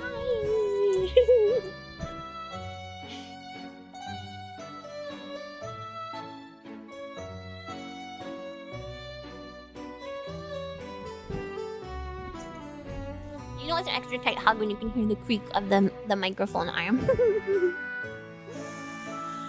It's not like it's something that needs to be kept hidden. I know, but it could be, right? You know, being a VTuber. Especially like because my Tourette syndrome is not a super lot of vocal tics. So I mean there's some, but you know it can just be passed off as being like that, just being quirky, you know. Buckle up. Thank you guys so much for hanging out today, and giving me your time day in and day out, and being understanding. And even earlier when I was having a moment, you know, I didn't notice your tics until you explained them. Yeah, I mean, sometimes there's like no tics at all, you know, and then sometimes they just kind of, you know, like now that I've started talking about it, I'm gonna start ticking out because that's kind of how it works. Took you 1.5 years to realize. Oh, about Tourette's? Like, did you realize on your own, or was it because I said something? Enjoyed the stream. Thank you for being here today. Thank you guys for being here today. I'm glad we helped you to recover. Yeah, it was definitely helpful knowing that you guys are like around and waiting for me and not gonna get mad and stuff, you know. My vlogs, I never would have realized. That's the thing about being a VTuber, baby. It's like manual breathing. Yeah, I guess you could compare it to that, where people like, you are now breathing manually. You said you had it, and then I was like, oh yeah. It's always like that, right? Sorry, I didn't say it. You guys said it. Became a lot more noticeable the better tracking added. I'm sorry. It wasn't my fault. Silver lining, all your tips look cute with the model. Aw, thank you. It's kind of endearing. Well, I mean, to you guys, it's just little quirks, right? I was holding my breath for the next time we do deep breathing. Don't do that. It's less noticeable with 3D. Well, to be honest about the 3D, first of all, it only captures my like facial expressions and my like head movement. So, and the low poly model is less expressive, so I think that probably has something to do with it. Like it tracks the same things that like Live 2D for this model tracks, but since I have V-Bridger and stuff, this model picks up a lot more than the low poly model, because you know she only has very basic facial expressions. You're just realizing you're holding your jaw up. I'm not. My jaw been hanging open. At least you didn't mention the game. No, I did not. I did not. You can be 5 hours late and we'd still show. I mean, you know that. I know. You know, I just feel bad for making you guys worry. We'll see. But you shouldn't worry, because I always worked through this stuff in the past, and I will always work through this stuff.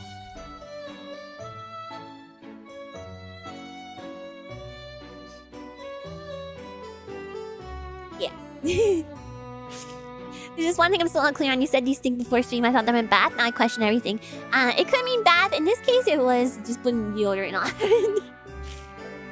Yeah, I'm good at bouncing back. I do need a rest. Love you, talented and kind spider girl. Love you guys. Thank you so much for hanging out. I'm super hungry. I'm gonna have my food. There's some worry, but don't think too much about it. We worry out of love. I know. I was chilling at the AC for a bit. It can mean that too. It can mean lots. It can mean lots of things. What do I have for tonight? I got what do I have for tonight? I don't remember. I like never remember the meals that I pick. I'll let you guys know after I've eaten it.